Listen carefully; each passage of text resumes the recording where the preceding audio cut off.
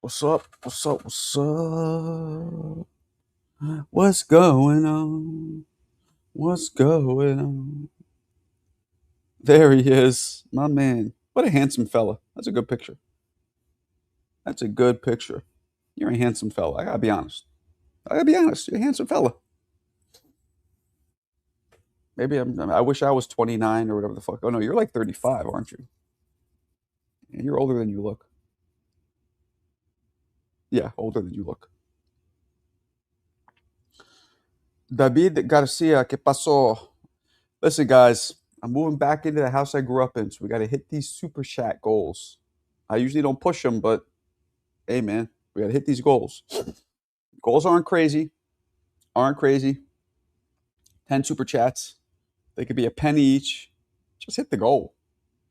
Hit the goal like Wayne Gretzky. Jesus, ¿qué pasó? Briggs versus Adjit. Shannon Briggs? Now? Motherfucker's like 53. No. Marco, loved the energy today at TBV, brother. Thank you. What was different about the energy today than other days, David? Dígame. No entiendo. No entiendo. What's going on? Phone lines are open. Bring your asses on in here now. Let us do this shit. Like Brutus.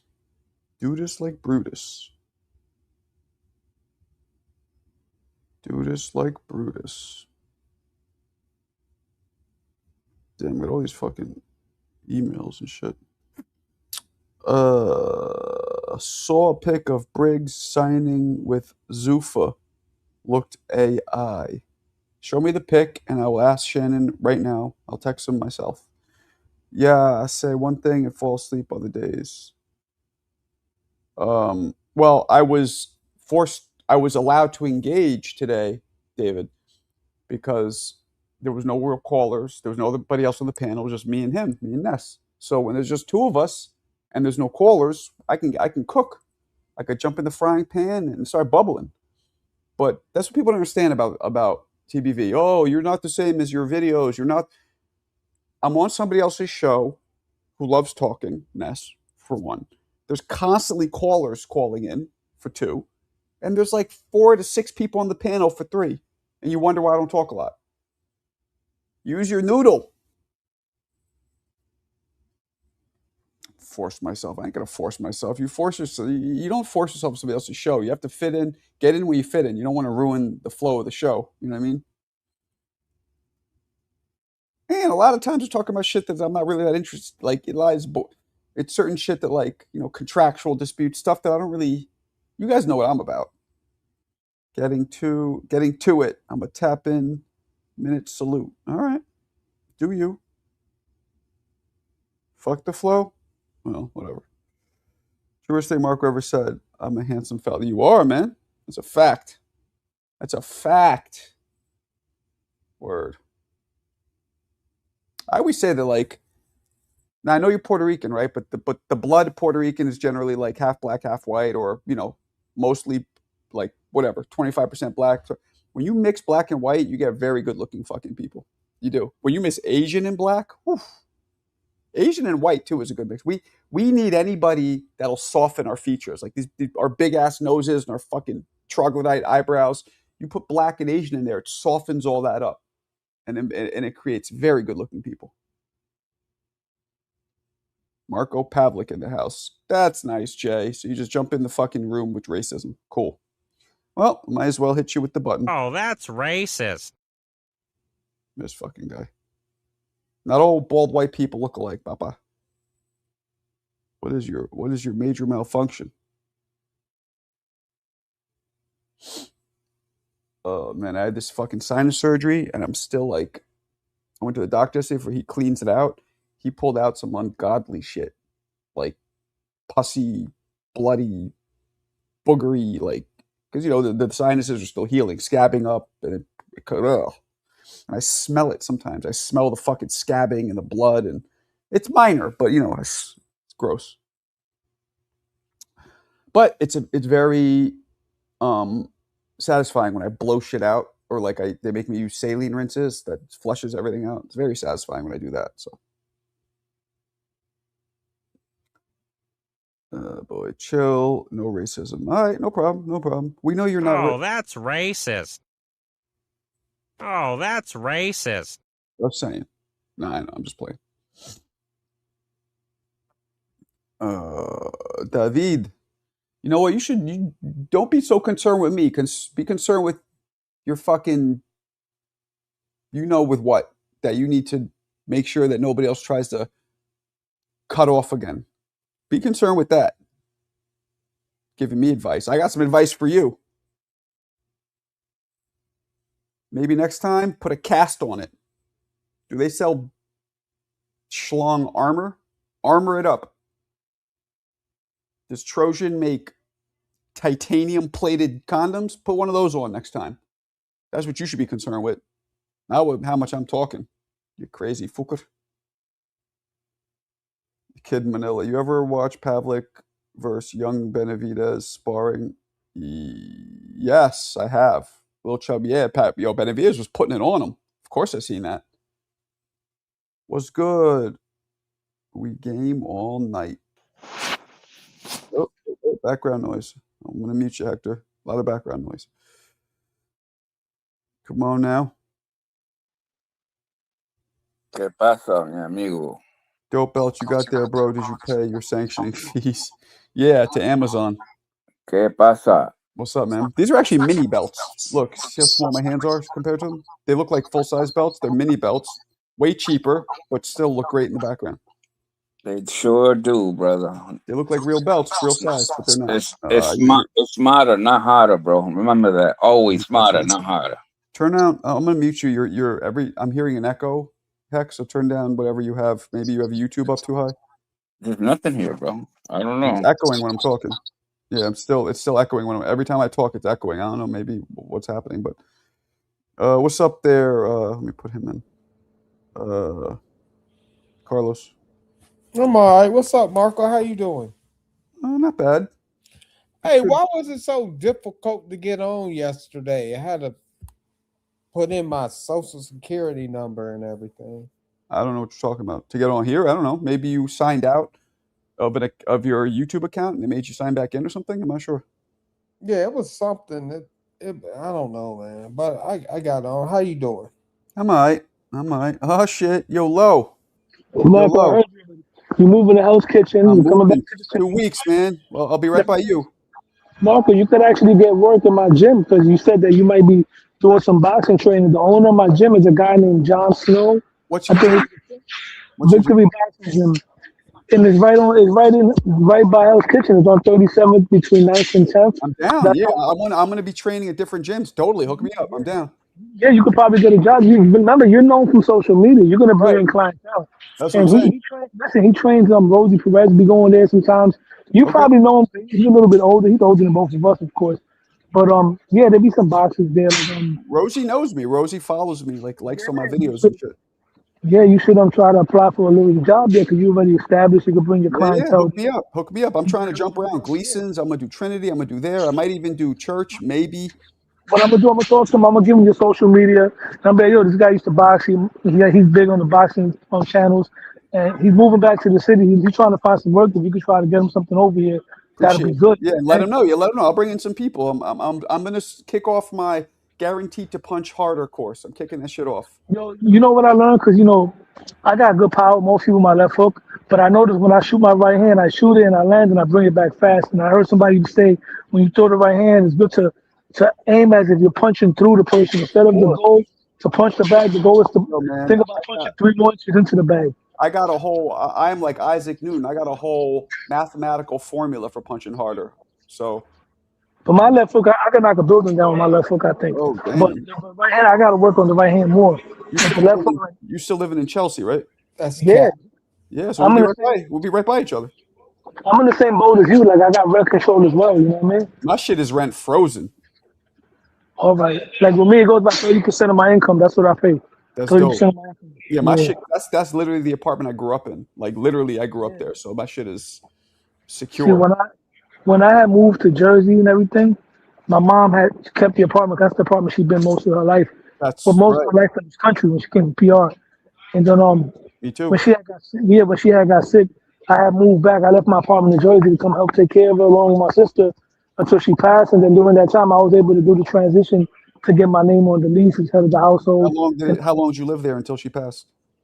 Um, my mom had got sick initially around 2018, Mm-hmm. and then she passed away in 2019. And then my sister had moved after everything was done, and I was able to stay with the Because apartment. I hear it has to be 2 years. You got to be there to get succession rights. Yeah, I was there, yeah. Around 2000. No, because when I came back, I didn't put myself on the lease. I was not on that lease because I had my apartment in Jersey, but I was staying there. But Right. I had so much history there because I lived there before as a kid and everything like that. And then when I went to, I moved around a lot. So um, my last place before moving back to Chelsea was in Jersey. I stayed in Jersey from 2003 until, huh? Hold up. You gotta put it over there, bay number 2. Bay number 2, yeah. So All I right. lived in Jersey for a little while, and then I went away. Then I came back home. Then I went back to Jersey. Then I went to my mom's crib, and that was my crib. But like I Dope. said, the gym is right there, bro. All right. You know, Yeah, definitely. Hook me up. Hook me up. Talk to that dude. I'm down. Shakur Stevenson goes to my gym whenever he got like when he fought the last fight. He went there with Wally Moses. That's how I got a chance to network with Wally. That's how I interviewed Wally on my channel. And yeah, Shakur Earth's gonna be there the week of the fight, and Tio's gonna be either in Brooklyn at the gym out there, what's it called, the Gleasons, or he's probably gonna be maybe in Church Street. All right. Bet. What's up, Kalia? Yeah, man. So that's what it is. I'm back. Hey, I'm back in the Kalia, hood. I might have a new crush. Who? Kalia? Yeah, I'm not leaving Jackie. Hey, I got a Puerto Rican care aide for the first today. Okay. She loud too. I'm waiting for the Puerto Ricans to be up here. You I know. told her about the channel I'm on here. Mhm. She ran some errands for me. I said, yeah, the Puerto Ricans loud. Y'all just loud. I hate to tell you, but you look Puerto Rican as shit. This is what Puerto Ricans look like right here. Even though I know you're not, right? Lo, doesn't he look Puerto Rican? It's cool. You Lo, look doesn't he look Puerto Rican? He looks like an old school Puerto Rican. He Yeah, look like he's half black, half white, but that's what a lot of Puerto Ricans look like.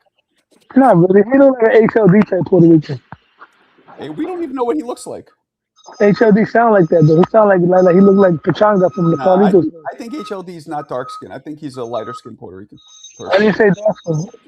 Like, I don't think he has your complexion. I think he's more like, maybe like more like Alex Vega, kind of. HLD might be AI. He might be AI. He might be. That's He might be. funny. Might be. But he got so much drama with other people on YouTube. I guess he don't show his face. Yo, he got Mick paid to ban him from my channel for 4 days, Wow. and HLD just never came back. Word? He that salty? I don't know if it's because did. he's salty or what. Maybe he's just taking a break, or who knows. He doesn't strike me as the kind of person who would take it personal, but who knows? He got hurt. That's all. Who we keeps got- putting your face up, man? What's up? I say, who keeps putting your face up on their emoji? This is the pervert, right?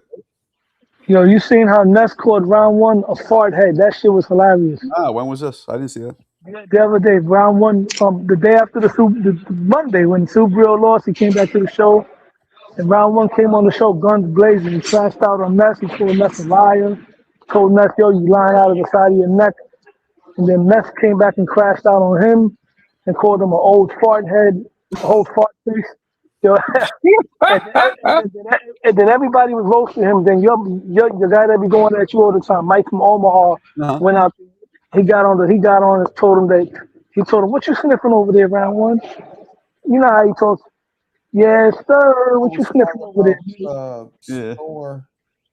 Oh, that was epic, man. Yeah, I They mean, you went. guys like Lo, you didn't sit there and make excuses. Matthias got fucked up, right? I'm not a Matthias. No, he didn't, bro. No, he didn't. He got knocked out, bro. See, Hector's on his Boricua shit. No, Lo, well, hey, Hector was ringside, bro. And Yo, I Lo. I kept Hold on, telling Hector. you, I Hold on, kept Marco. telling you Hold on, it was Marco. all good Hold until on, that Heck. happened. Heck, No, Heck, One at a we time. heard what because you it's said. wrong, bro. Hector, we heard what Marco you asked think. me. I'm asking what Lo thinks. Lo, what do you think?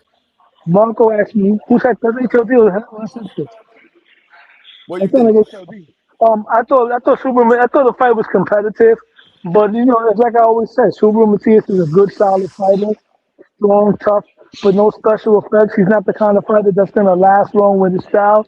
What Dawson Smith did to him is the Shane Mosley tactic, what he did with Margarito. Remember, a guy like Matias, like Margarito, they don't know how to back up. So Dalton was hitting him with good shots, and then when Matias would try to hit him back, he would tie Matias up and walk him back into the ropes. Yep. That saps your legs. That saps Yep. your legs. And then you start wearing on him. Brilliant game plan. He stopped him. Only thing I'm disappointed about is that I wanted my guy Tio to be the one to do that to him. But Dawson Smith got him first. And yes, Superman Matias is not it. And we don't got a great Puerto Rican yet. There That's we on the go. highest levels yet. You hear I that, haven't Hector? seen it. You hear I that from haven't coming seen from it another yet. Puerto Rican, Hector? I haven't What do seen you say? What do you I say? grew up, we haven't seen a special Puerto Rican fighter yet that's elite, that's a pound for pound world fighter. I mean, he just knows what to do. Bro. That he goes forward. That's it. You can't change him. You can't make him up no more. That's all he knows is go forward, yo, and you're gonna get hit. Yeah. Is this You better learn HLD I'm confused. Is this HLD? No, that's Hector. You got it. Deep, that's Lo, you're that's very Deep Woods. muffled, man. Speak into your mic. Yeah, he sounds just like HLD. My He bad. does. He does. Oh hell no, bro. Hell no. He doesn't scream though like HLD. No, HLD is more like you, bro. I'm from Southern Boulevard on Hunts Point, bro. He's from the Bronx. Oh, We yeah. don't know He who sounds HLD just like him. is. HLD might be from the Bronx too. We don't know. Hell no, that nigga's with Low, bro. He's with Low, bro. No. All y'all Yeah. sound like y'all I ain't excited. different for your voice, so now. Yep. Y'all That's how talking about Boricua sounds. That's how candy. Yeah. Boricua sound, bro. Hear the So you difference in sound your just like voice now. HLD. Yeah, you definitely. You sound like HLD, but I could tell it's not That's him right now. different. I He's heard the different. difference. Nah, man. But yeah, I'm like at the older. end of the day, man, I'm like I said, older. I grew up when I was watching boxing. I was watching Hector Camacho. I watched Edwin Rosario. I watched guys like Wilfredo Vasquez, Papito. I watched Trinidad. I watched See, Miguel but you Cotto. had So to that's watch what I'm not spoiled to have Papito. growing up around. Everything after You that had is to watch. not on that You level. had That's to all watch. I'm saying. Hey, And people how You get had many to mad watch hey, because I Wilfredo used to Vasquez Tio. Senior, not When I Papito. first seen Tio Papito fight, I wasn't the thought he was senior. Puerto Rican. I used By to the think time I Phil found out he was wasn't, I gay. was very invested. I hey, how wish does we it had a Time, Puerto one Rican at a that could time, fight like people. Teofimo. how I'll does tell it you feel that to much. be all those fighters second to the Mexicans? How does it feel? Damn. Bakersfield was good, bro. The What's up, perverts my in boy? the This shit is house. frozen. Hello, Marco, there? What's up? Hello, man. Be good, man. Nice meeting you, bro. Lo, you going? I can't even hear you.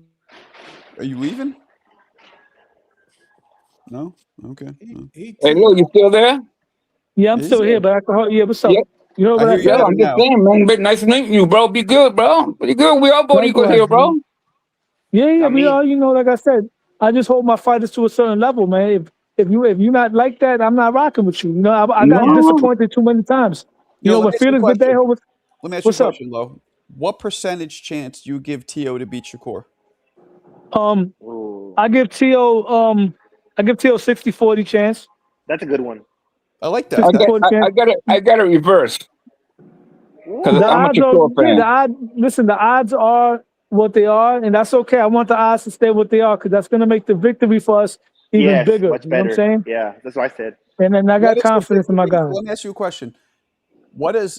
Does a victory mean more for Shakur or does a victory mean more for Tio? It Tio. means more for both of them. But for Tio, it puts him higher on the list. In I other think it means words, Yeah. more for Tio because it really then maybe says, yo, that loss he had, it was a false. fluke. Yeah. Yeah. that loss, everybody already knows that was a fluke. Like, let's be realistic. Do you Well, he think had Kambosos? a doctor, and I want you guys to know this. The people watching, whoever's going to watch this on replay, Tio had a doctor, a female doctor who is known in the boxing community. Known. You can look her up. She put out a letter saying we found air trapped in Tio's chest. He could have died. I mean, confirming Damn. everything Tio said.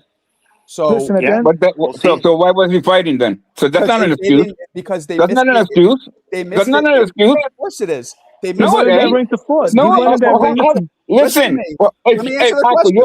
you're a You fighter, said why right? are they You're a fighting? fighter. Fighters You want me fight, to bro, answer the Michael. question? You said why are they fighting? Because it wasn't caught in the pre-fight. The pre-fight exam only looks for certain things. It doesn't go in there and X-ray and do all the shit that they had. Michael, no, you cannot go in the ring, bro, unless they clear you, bro. You know Oh, he that. did. This was You know something that. that wasn't Okay, so detected. there's no excuse, Listen to man. me. Listen to me. This is something that wasn't detected from the pre-fight exams that they do. You had to do an X-ray. You had to do all First this. of all, let me break it Like down real quick because I spoke to the Holyfield, he had a person. bad heart, right? Hold And on. all of a sudden, the next day, he had a good heart. I spoke to, it wasn't his heart. Let me talk to you what happened. I spoke to the person that was involved with everything. Punch Drunk Boxing, you know, he has a personal relationship with the Yeah. Lopez's, and I believe him all the way. They, according to Punch, who I believe, shout out to him, they were having dinner together, and the story was Tio started coughing. He was coughing up a lot. His throat was all fucked up. So his mother was telling him, yo, you should go to the hospital, get checked, whatever, and cancel the fight. And Tio was so frustrated, like, yo, this fight been canceled so many times. I want to go through with this fight. I want to go through with it. You know what I'm saying? Yeah.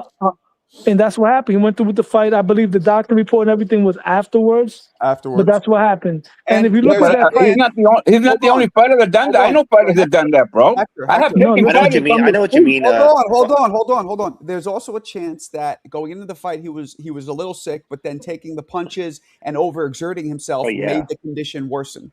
well, that's why the game plan was to go in there and try to get him out of there early because they knew that he wasn't really in condition like that because of his lungs. But through his will and his heart, he was able to go 12 rounds. He was able to still be a very competitive fight where he dropped Yeah.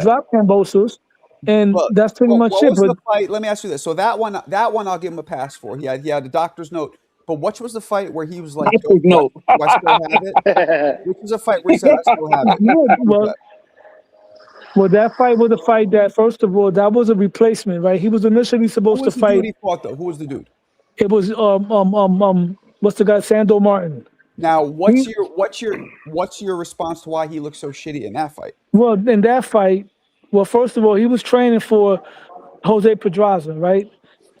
This guy, what's his name? I'm bad with Martin. the names right now. Sandor Sandor was a replacement, and Sandor is a top 10 junior welterweight. We can all agree to that, right? And based on the fight, I believe Tio won the fight. I had him winning the fight, but it didn't look effective with his aggression. His He didn't look lack good, of but he won. it wasn't spectacular. But then again, who's looked spectacular against Sandor Martin? He got Even dropped Mikey in the looked like fight. shit. He beat Mikey, and I know, but and it's arguable, and it's a good argument that he probably should have beaten Puello as well. So, but with that being said, Tio beat What the about guy with 9. Ortiz? What happened with Ortiz? Ortiz went in there to survive it. He went in there and did what William Skull did. He ran around the ring. He didn't land William any Skull. sharp counters. It was a 8-4. I thought Ortiz won, bro. Ortiz lost that fight, bro. 8-4. You know what it is? The hatred for Tio is so bad. Why it's a double- hatred, bro? I'm a fucking fan, bro. But let me explain to you though. If let's say, for instance, Shakur Stevenson goes in there and runs, right? People are gonna crucify him and call him a runner, right? Oh, why is he running? But if somebody runs against somebody that people don't like Tio, then they're gonna say, oh, he put up a boxing performance. Bro, when you box somebody, you make him miss, you make him pay, you snap his head back. He wasn't doing that. If you watch the highlights, all Jermaine was doing was running around. Did Tio look great? No, he didn't. But did he do more than Jermaine? Was more effective than Jermaine? Absolutely. I'm a fighting you, bro. I'm just telling you, he looked horrible in that fight, man. For his so-called status, that's not, to me. It wasn't. That's to me I though. agree with you. But let me ask you a question though. Yeah, When have we seen any of his contemporaries fight a fighter that moves on the back foot? We've never seen Shakur fight that style. We've never seen Devin fight that style. Why? Because they know they're going to look bad against that kind of style. These are all counter punches. The difference is Tio has the kind of power that's going to make guys fight that way. Nobody's running from Devin. Nobody's running from Shakur. But what if Devin were to fight Jack Catterall, for instance, who fights on the back foot? Let me read this. Super chat. Appreciate you, Mo. You know I need it. 2-piece. He says, no pissing and whining about Shakur's hands either then. No, but I think Jack Catterall was a good fighter, though. He is a good fighter. That's why I just said right now. Put it this way. When I was in the Boxing Voice, right? when we was all Oh, you talking were about on Boxing Boys? Go ahead. no, like not when I was on. I called in and we was talking about potential opponents for Devin. Yeah. Somebody mentioned Jack Catterall, and that said, "Oh, I don't want to see Devin in there with that style." Why not? Why not? We see That's Teal in there what with I'm that style. saying. That's Why he not? deserves to go in there. And You he's know, not a bad fighter, bro. He just fights off the back foot, bro. who? You know Who? what Say I'm that again? saying? Catterall? That he just fights off the back foot. He's not a bad fighter. No, he's a very underrated fighter. He got surprising power. He can knock you down if you try to walk through him. You know what I'm saying? He Mhm. could box. We saw what he did with Josh Taylor. He beat Regis Prograis. Jack Catterall would give anybody a tough fight if you don't know how to cut the ring off. That's the thing. You have to cut the ring off on him. And a And lot of that's why, people don't do yeah, that shit no more, bro. They, you know that they just chase you. you could either That's what cut the ring boxing is off right now, or bro. you could either cut the ring off or beat them at their own game. That's why I give a lot of credit to Teal's win over Barbosa because Barbosa beat Catterall, close fight, regardless. He beat him. And Teal whitewashed Barbosa, played around with him 12 rounds to nothing. But yet, if Shakur would have done that, right, or if Devin would have done that, they would have said it was a masterclass. But if Teal did it, right, oh, it's an okay performance. You know why? Because the bar is set higher for Teal because everybody's so used to what we've seen at lightweight. But you still got to give him credit. He doesn't just beat you one way. We've seen him go in there and knock you out one shot like he did Comey. We've seen him go in there and take his angles away like he did Lomachenko. We've seen him go in there and pot shot Josh Taylor to death with athleticism. And then we've seen him go in there and put a masterclass behind a beautiful jab against Arnold Barboza, showed great defense. So this guy could beat you so many ways, bro. That's what he needs And to it do with just Shakur. He baffles needs to me. fight like that. Real quick, And it, Manila. I never saw. It's his other fights, brother. Hold on. Manila, I never saw Benavidez sparring Manny Pacquiao. Put that in the chat so I can watch it. And don't call me a rabbi, you cocksucker. Go ahead, guys. You're a rabbi? You're a rabbi now? Apparently. Oh man. Wow. Look at my name, Okay. Rado Marco. No, but listen, is that the way that he looked against the other guy? That's that to me, because I love fighting. I'm not biased. I like good fighters, but if you look this way, that bad against somebody, and then this great against somebody else, everybody's gonna waver to the way you look bad. You know that's boxing, man. See that, and I get you, and that's another reason why people are picking Shakur because they're comparing Teal's bad performances against Shakur's best performances. But if you look at Teal's best performances and compare it with Shakur's best performances, it's night and day. Now we're talking about Roy Jones Jr. compared to Bernard Hopkins when you compare Teal and Shakur Stevenson. What if Shakur goes in there and just gives him a fucking masterclass? Then where does that put Shakur at? And where does that put Teal at? If Shakur does that, all kudos to him. Shakur masterclasses him, whitewashes him. I would put Shakur Stevenson at number 2 or number 3 pound for pound. If he just beats him in a competitive fight, I'll give him number 5. If Teal beats Shakur, I'll put him at number 3. But if he masterclasses Shakur, wipes him out or knocks him out, I'm gonna respectfully put him. If Teal knocks out Shakur or beats him dominantly, I'm going to respectfully put him at number 1 pound for pound because if you combine that with what he's already done, we're talking about the only active fighter that has 3 pound for pound fighters under his resume, and he'll be headed towards Sugar Ray Leonard trajectory. And I say that because Sugar Ray, even though he didn't have 25 champions that he beat like Floyd did, Sugar Ray's quality was better. He beat 4 legends that were in their prime or close to it. See, he didn't beat these guys in their twilight. He beat Benitez at 21, 22 years old. Yeah. He beat Duran at 29 years old. He beat Tommy Hearns. My boy beat him, bro, because that Duran's my favorite of all time, bro. All time favorite fighter. All time. That's my favorite. Yeah, now Duran is someone who I've defended so many times because for me, Roberto Duran is the greatest Latin fighter of all time. And he could be considered in the top 10. I mean, the top 5 all time. Great. Yeah. Duran is my favorite, man. And I'm this Puerto Rican here. Met him a million times. I talked to him a million times. And that dude never changes. And he remembers I don't understand how his brain works, bro. He remembers every time. Yeah, his brain is incredible, bro. And let me tell you something. And not to make this a racial thing, but in boxing, we Yeah. know boxing is tribal, right? So we Mhm. talk about rivalries. We see the Mexican Puerto Rican style Mhm. Yeah. against each other. We see the Latin style against African American style. We can say Yeah. that Duran has the biggest win that any Latin fighter's ever had over the slick black American fighter, because he beat Sugar Yeah. Ray Leonard, who was a That's Mount a good Rushmore. point. Yeah. He beat a Mount That, Rushmore fighter, jumping up 2 weight classes. That yeah. speaks Hey, volumes. you know, I And never he did did that. that. And not only that, after he did that, he got the shit happened with Nomad. He went back and fought Davey Moore, which is one of the best Best ones, yeah. at that time, and cracked his ass, bro. And Yeah, he he did. became a world champion again. Yep. And another Again, thing that bro. adds to Durant's legacy that people fail to recognize, coming back from losses also adds to your legacy, because Durant took the Yeah. type of loss that mentally you don't bounce back from. He For real. took a look. He lost to Ray Leonard, and then he lost Hearns to knocked him Benitez, out. and then he lost to another guy named Hearns knocked Kirkland. him out, No. I'm gonna give you the whole list. He lost to Ray Leonard, right? Yeah. And Yeah. then he went on to lose to Wilfredo Benitez, and then he Yeah. lost to a guy named Kirkland Lang. They wrote Yeah. him off. Oh, Lane, He yeah. came back. He came back. He knocked out one of the most vicious punchers in Pepino Cuevas. He destroyed Davey Moore, and then he went 15 rounds competitive with Marvin Hagler. Wow. And That's mind you, crazy. Durant turned pro at 119 pounds. Let me give you another Yo. history.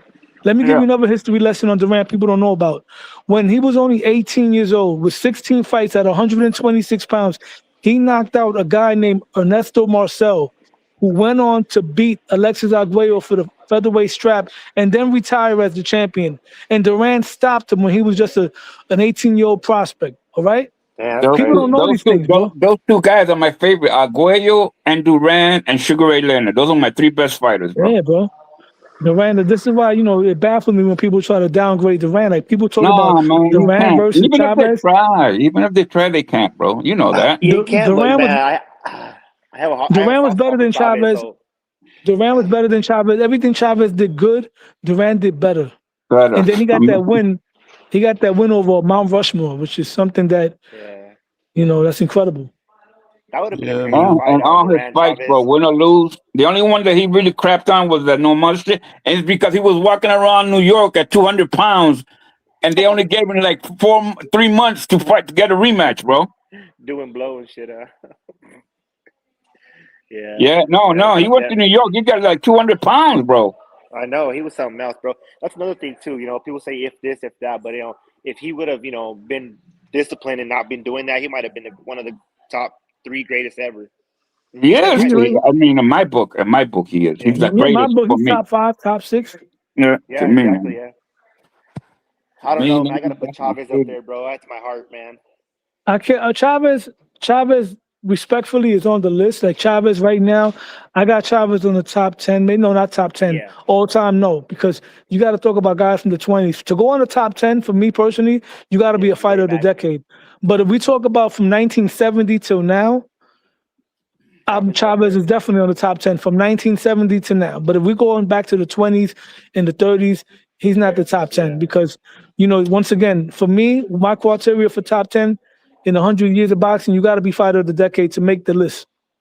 And Chavez was not fighter of the decade. That fighter of the decade for the 80s was Leonard. For the 90s was Marco's guy, Roy Jones.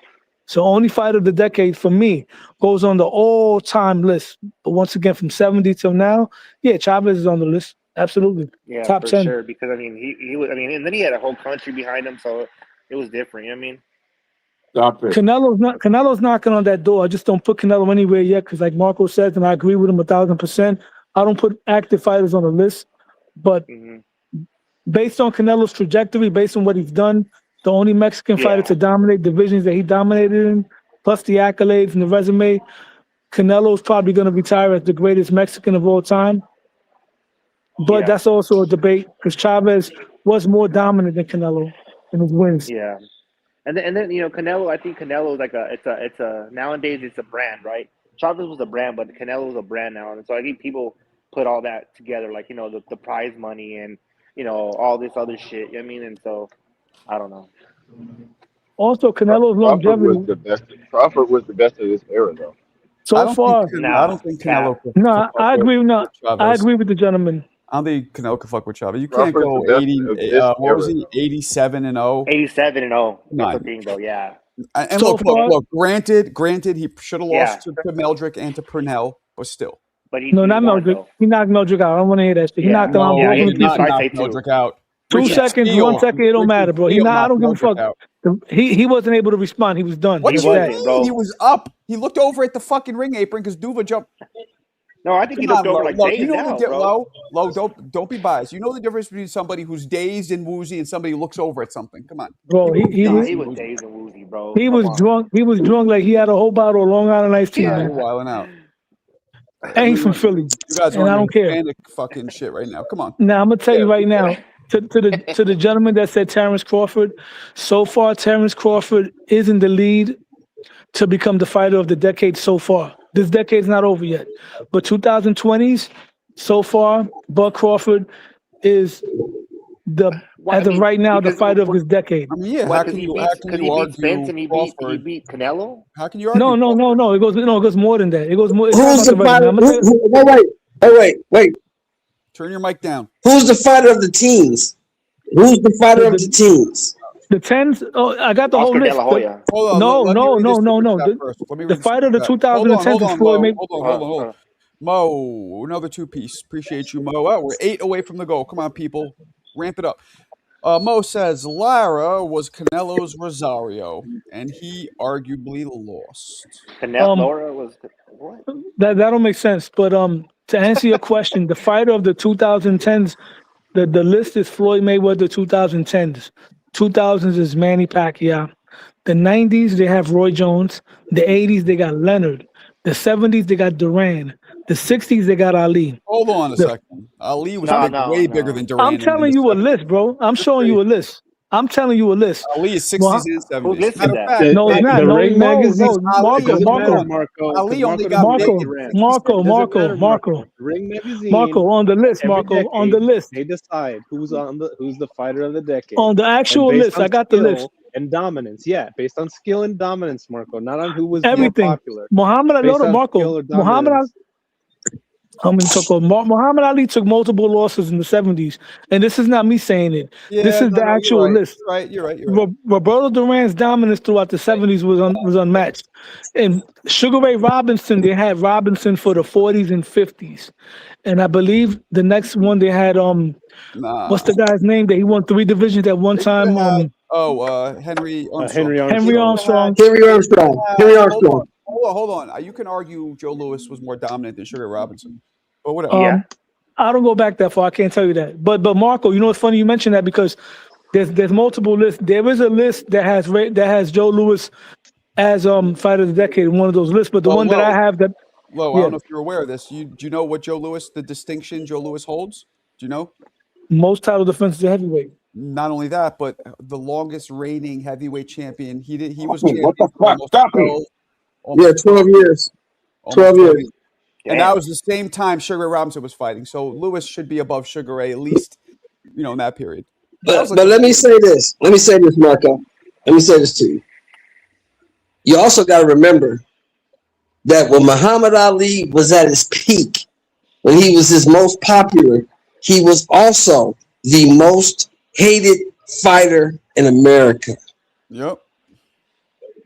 Well, that's what I'm saying. The whole aura of Ali I think people it's hard to compartmentalize his fighting and what he was going through. You know what I mean?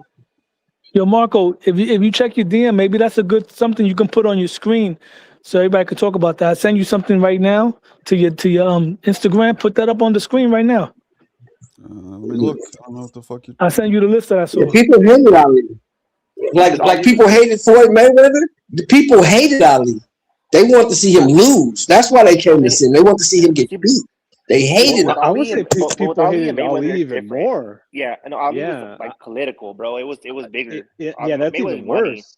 It's even worse. Yeah, yeah. you know those white people wanted to lynch Ali. You know it. They wanted to kill him, but he was too famous. They couldn't do it. All right. He was too famous. Hold on. Let me go through this. 1910, Sam Langford. Get the fuck out of here. Jack Johnson. Are you crazy? That's stupid. Benny Leonard, I'm okay with that. Henry Armstrong, I'm okay with that. Ray Robinson, no. I would say Joe Louis, the 40s, Robinson, the 50s. Ali, the 60s, yes. Duran, yes. Sugar Ray, yes. You could argue Mike Tyson, though, in the 80s. He was huge. Leonard just, went a little further. But Tyson came in the mid-80s. That's probably why. Roy Jones, of course. Manny, of course. Floyd, of course. And now the 20s is who? That's not done yet. So far, Crawford's in the lead, but we don't know what's gonna happen from How do you here. beat him? He never lost. How can you Crawford. beat him? No, well, I'm Crawford gonna is not tell in you the how. lead. What do you mean? How do you retire 5 years into the I'm gonna tell you why. I'm gonna tell you why. Get out of here. First of all, It's Canelo. Bud It is Crawford. Canelo. Canelo's Bud had multiple Crawford- losses. It don't Bud- matter. no, Multiple It's losses. not about. Hear me out. Bud Crawford, for one, I'm gonna advocate for Bud Crawford right now, like I'm his lawyer. Bud Crawford, in terms of accolades, is the most. And I'm not a fanboy of Bud, but I respect him. He's the most decorated, accomplished fighter in the history of the sport. In terms of only fighter to be 3-division undisputed. Right? He came up for 135 to defeat arguably the greatest Mexican fighter of all time, arguably the greatest Well, that's super what- that's middleweight what of I'm all saying. time. Arguably, Bud Crawford is the most dominant. In fact, he is the most dominant fighter of this era. Left no stones unturned as far as no controversy, no nothing. He smoked everything moving. The only fight that was close was that Bocek. the Madrimov. You know what I'm saying? Yeah, Madrimov, yeah. The only guy to stop Sean Porter. In a big fight, Bud Crawford has one of the greatest performances that any fighter's ever had in a quote-unquote super fight in destroying Errol Spence Jr., right? And he was number one pound for pound. His consistency right there. So far for this generation, Bud Crawford is in the lead. Unless Nah. somebody picks it up from here. And tell him how From many here on out. championship fights does Bud have? How many championship fights does Bud have? 18, It's 19? about quality. It's about quality, not quantity. Quality. Well, no, But- see, that's what I'm saying. That's But how- I'm just saying, that just makes- think about makes- that number. Wrap your head around that number. 18 or 19 world championship fights in a row, never lost. Yeah, Well, but how that- many? I don't know how much many- greater because That's the thing. How no, many look goes at in Oh, the- you that's the advocating point. for Bud or against Bud? He's advocating for him. Oh yeah. I don't know For how me? many I didn't count, but Bud Crawford, like I said before, Like right 18, now. 19, I think it's like 18, 19 in a row. Never lost. Yeah, but- Never had a close. The only close fight he had was Madrimov, and that wasn't close. Never had a Exactly. close fight. Exactly. You But got to you give gotta Bud put him- Crawford you his gotta put him credit. there. You got- but you Six gotta put him there, fights look to at- me doesn't make you fighter of the decade. Exactly. I'm It's sorry. because Six Canelo, bro. fights. It's He because fought he six beat Yeah, fights but the in 6 level, years. That show, the but that It doesn't shows you matter. Get out, no, get that out shows of you here. how great It Canelo is. doesn't matter. Fighter of the decade means more than just quality. It means more than just skill. No, what do it's you mean? about There is- quality. Literally, Canelo has carried boxing on his back since Exactly. Mayweather retired. Like, let's be Yeah, real. but who And took, he who lost. took If him he were out to though? retire And he tomorrow, lost. it doesn't matter. Now, don't And get he me If wrong. were lost. to retire tomorrow, so And does he Muhammad lost. Ali. Now, Sugar Ray don't get me Leonard. wrong. Sugar Ray Leonard lost too.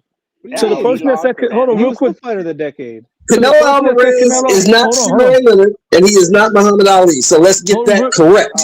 Real quick, He's real quick, nowhere hold on, close real quick, to either. real quick. To You make more Canelo's money. defense. Let me play devil's advocate for Canelo, right? Canelo is one of the he's in the run. Like besides Bud, it will be Canelo, Usyk, right? But Canelo's career is not over yet, right? If Canelo, because the losses don't define you, it's how you bounce back. This is Canelo's Exactly. opportunity to have his Roberto Duran side of his career. If Canelo Alvarez comes back and fights David Benavidez, who the world thinks will destroy Nah, that's Canelo too Alvarez, big, bro. he- He's hear too me big. out. Hear me out. I used to listen how you talking. He's too big. If he comes back and beats David Benavidez, if he comes back and beats Dimitri Bivol, then the conversation changes as far as fighter of the decade. Yes, because that's what Duran did when he came back and beat Iran Barkley. You see what I'm saying? He took the losses. Yes, he did. If he comes He back beat and Davey beats Moore David first. Don't Benavidez, forget Davey Moore. He beat him first. exactly. If Canelo Okay, comes back and beats Benavidez or Bivol or Beterbiev, or at least two of those guys, then he's fighter of the decade ahead of Bud Crawford. Absolutely. Even with the losses. Yes. No, I Yes, need sir. Bud to come out of If he retirement back and and fight unifies. Mexican Monster. If he comes back and becomes if he beats undisputed Mexican Monster, again, Bud, it's then he'll without be a the doubt. fighter of the Like, decade. it's probably gonna happen, guys. Like, I'm sorry to break it to you. He's probably gonna at He needs to least fight get Mexican one of those Monster. titles. Bud Probably does. two. Now, I'm gonna say something. I'm gonna say. Hey, what do y'all think about it? Because Inoue's doing some great stuff too. I'm not gonna lie. All due Inoue's respect, doing Woody some, Nui. and he still could go up and do some more great things too. The thing with Just Inouye saying. is this, bro. The thing with Inouye is this. All due respect, Inouye's a hell of a fighter. He's just the Ricardo Lopez of this generation. He doesn't have the names around his divisions to get to that point. But let me bring somebody else up right now where the people gonna get a little mad. If Teofimo Lopez from here to 2029 beats Shakur Stevenson, Keyshawn Davis, Devin Haney, Jerron Boots Ennis, somebody like that, then we're gonna have him in conversation as well. Because you combine that with the Loma win, he pulls that off. He's in the running. Somebody got to pick it up from here in order to take that from Bud. That's what I'm saying. Usyk's on the twilight. He's gonna retire soon. Canelo got to beat Benavidez, Bivol, or better Beef, or two of those guys. But like I said, we have a lot of boxing before that can happen, before we get the true fight of the decade. But right now, Bud Crawford's in the lead in my eyes. Well, then if you do that with Now, Tio, as the resident Canelo hater, look, I'll say Shakur this: can as the beat resident, Tio. Hold on, look. as the Shakur can resident do the same Canelo thing hater, 'cause I'll say Shakur, this. hold on, Shakur could do the same thing because he could beat Tio, right? Absolutely. He can go up to 47 and beat a Devin and something like that Absolutely. for Barrios or something. Maybe No, Tank absolutely. comes back. I know we don't want to say Tank, but if Tank comes back and he beats Tank and Tank he, ain't doing shit but going to jail. All right. Now, what you say? If Shakur, everything I mentioned with Tio, it stands with Shakur as well. Whoever turns out to be the main king out of those young guys right there, right? he can Between also. Tio, Shakur, and Devin. You're right, Lo. You're right, Lo. There's a lot of opportunity for a lot Remember, of these great guys are still fighters to young. become those guys. Shakur, Yeah. Virgil Ortiz. Shakur and Tio. Shakur and Facts. Tio have the most opportunity out of all of them because Shakur and Tio are blessed to be in the division with the names. You understand what I'm saying? They got right now. Tio already got the better resume than Bud Crawford, with the exception of the Canelo fight, right? If And they Shakur, have great Tio, resumes already. And yeah, Shakur, Tio, and Devin Haney have the opportunities because you have the guys from 135, you got the guys from 140, 147 ain't really much there. But if one of those guys moves up to 154 and becomes the top dog, absolutely. And they're still young. That's what I'm saying. We still Devin have. can move up. I don't think he beats an Ennis, but if he Now, moves up, if I he would clears love- out 47, hold on. and Devin As the goes resident to 54 Canelo and does hater, I something will great, say then this. him too. Hold Go on. ahead, Shelby. Go ahead, Shelby. You I got will it. say this. As the resident Canelo hater, I will say this. If he comes back, fights, and beats Benavidez, Damn, you have to that's give it to crazy. him. Absolutely. That's what I You said. don't have to beat Siraj. You have to beat none of them other dudes. If he comes back No.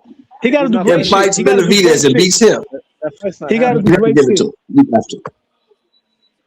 He's not fighting a cruiserweight, guys. I don't know what you want. Benavidez is too big. You have to beat Benavidez. You have to fight Benavidez. Beat him. That's what you have to do. Remember when everybody's saying he's too big for Bud? And you know what? He's too big for Canelo, too. He is, yeah. Well, you He's know too what, big for then? Bud. He's too big for Canelo. Well, Iran Barkley was too big for Durant, too. Let's turn it around. If Bud comes out of retirement tomorrow and beats Benavidez, he's fighter Yes, of the let's decade. do that. Let's Of do that. course, Let's do absolutely. that. Absolutely. But he won't He fight him, comes though. back Why? and Because beat. he's too big. If Bud comes back and beats Benavidez, he's top 2 all He would time. never. Top 2, He top should 3. have. He should have done it. He should have Yeah. fought him. He should have Yeah. shrunk his ass down to 168. You didn't have to do that. Well, for what? Well, That's what about Canelo's this, y'all? work. Canelo's the What one about that this? dodged the What- dude what for about- 3 years. Canelo, but Yeah, why- why? Canelo's the one that ducked the dude for 3 years. No, let Canelo handle his own business. No, you are Well, right. what That if- is Canelo's dirty work. That is What if Canelo's dirty Crawford work. comes back and takes 2 belts or 3 belts at 160? No. We won names. against We won Bacon, elite guys. We Well, won what if elite he goes guys, bro. undefeated? Laura against a 50-year-old Laura's 50 years bro? old. That's what you want. I don't think he beats a Boots or a Virgil.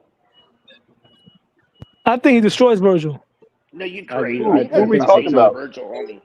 Bud Crawford. I think Danny Garcia beats No. Virgil if he comes out of Oh, retirement. you're no. Oh, you crazy. Oh my God. That's No, I don't think Ennis or That's a bridge too Virgil. far. I don't think either of those guys beat Crawford. Because bro. I don't think They're too I don't think inexperienced. Ortiz or Ennis can beat Canelo. I just don't. They're just not there yet. They just don't have what. You know who I like to yet. see? I want to see Devin Haney move up and fight Virgil. Virgil Haney. That's an awful boring fight. I want to see Devin Haney move and fight Boots, and he'd probably box Boots' socks off. They'd probably do him like Montel Griffin did Roy Jones. Be honest, That's probably fucked just up. box That's him really, 8 rounds I and actually like Devin Haney win on a versus Conor disqualification. you mean Benn. the I second like fight, Conor right? Benn versus Devin Haney. No, You mean the the I second first think fight, fight, Conor no? Benn will the push first Devin fight where Haney he to got fight. his No, the socks second boxed fight, off right? by an Olympic level boxer. Wow. Haterade. Hey, shout out to Montel Griffin, bro. That dude is so rated, so I underrated. want Roy Canelo Jones to and come back James and Toney fight were. Christian and Billy. That's what I want. I do too. I think that's a great fight. I'd pay pay-per-view for that. That's incredible. That would be a great I fight. want the Shiraz Canelo. I would love to I see want him to get see. beat by Billy I want to see if and then go I away. want to see if Shiraz can rise up and beat Canelo. I think Shiraz has it. I don't think Billy has it. Shiraz will knock Canelo out. He'll knock him out. I think Billy is Shiraz will knock perfect him out. plate for Canelo. Actually, I think Canelo knocks Billy out. I say Shiraz stops Canelo. I agree. I think it can happen, but I think Shiraz has the best chance to beat Canelo.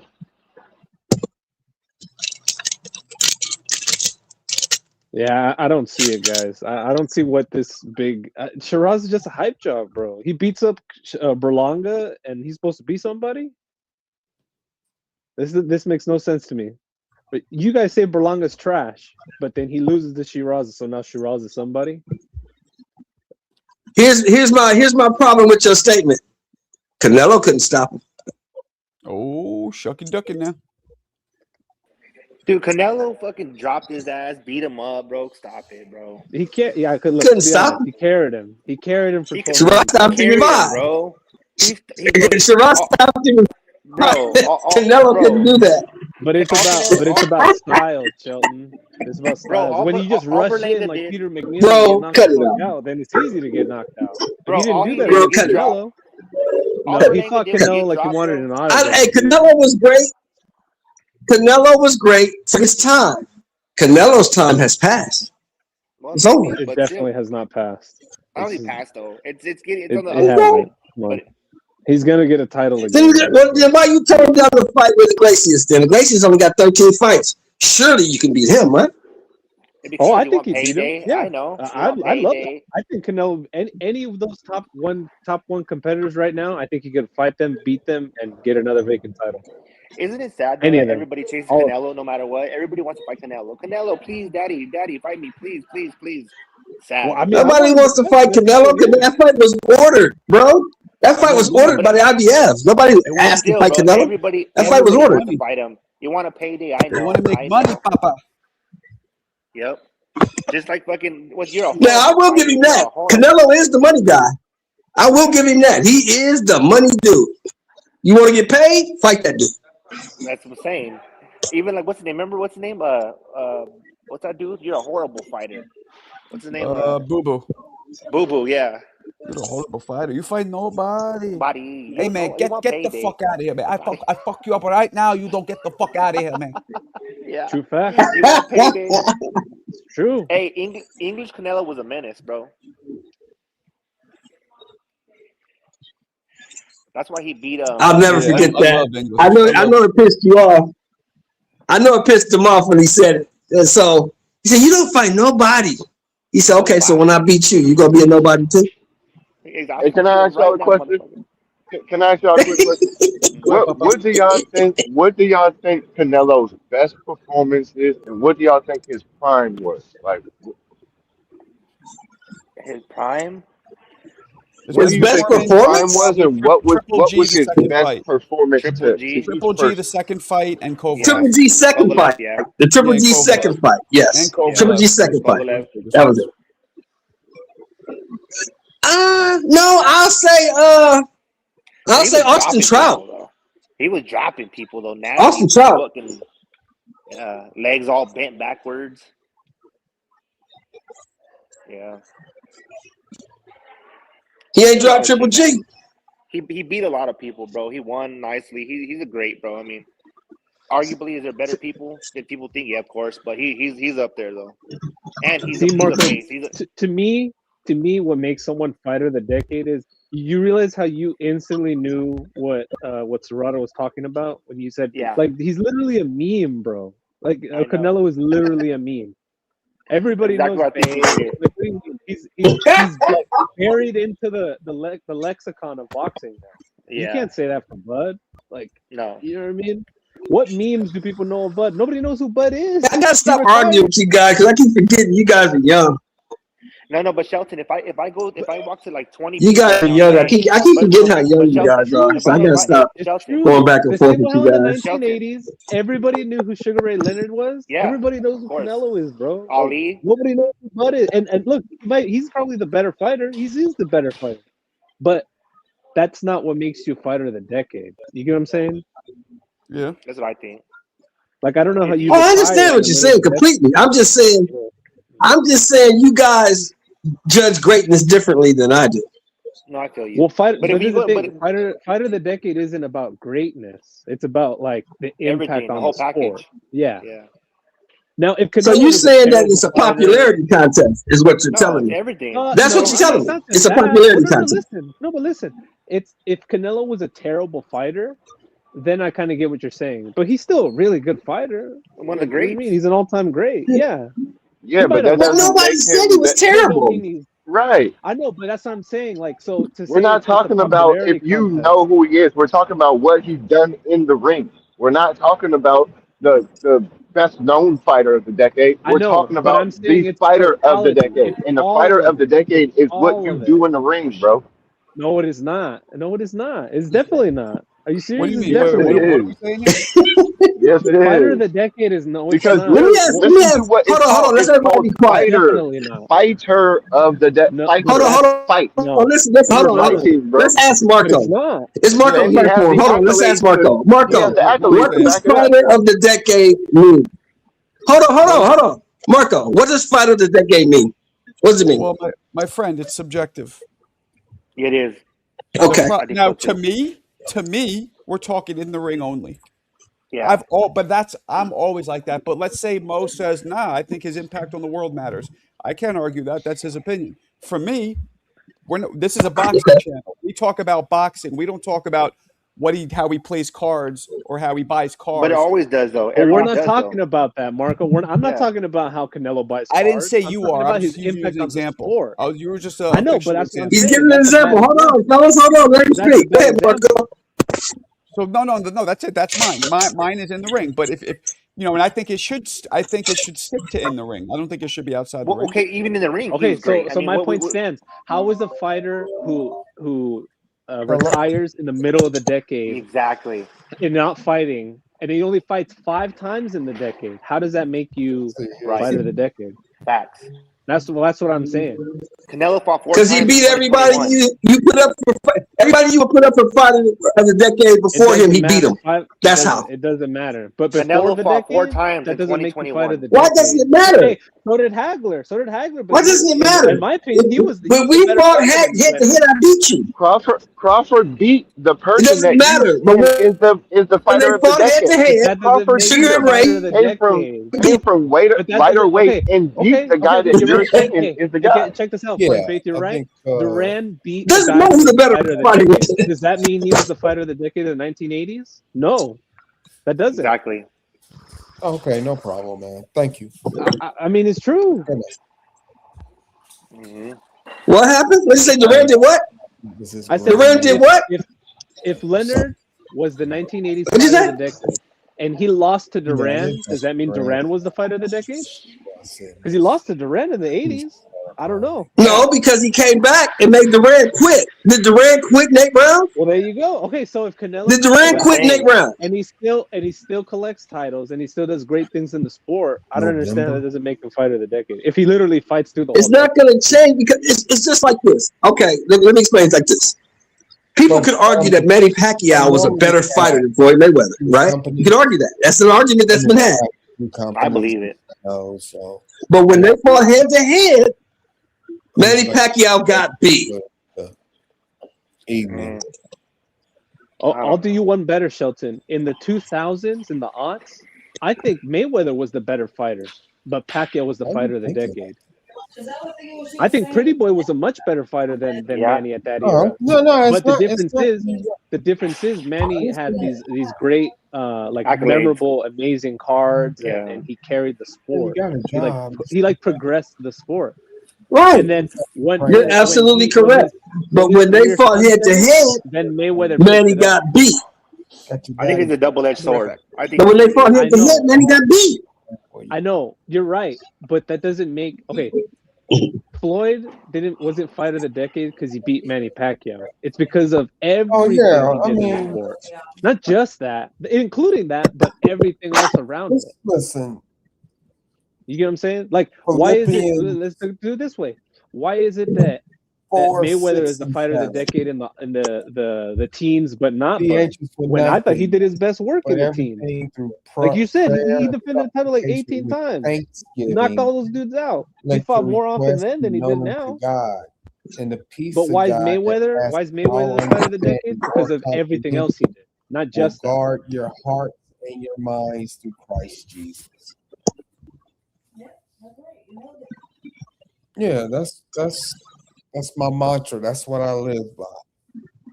Especially when things going through this. People have to have responsibility too. Uh-oh.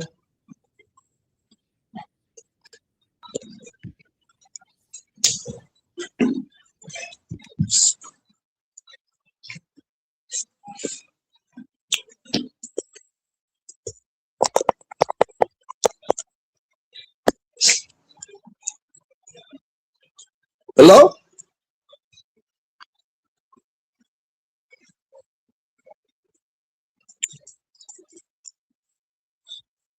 Hello?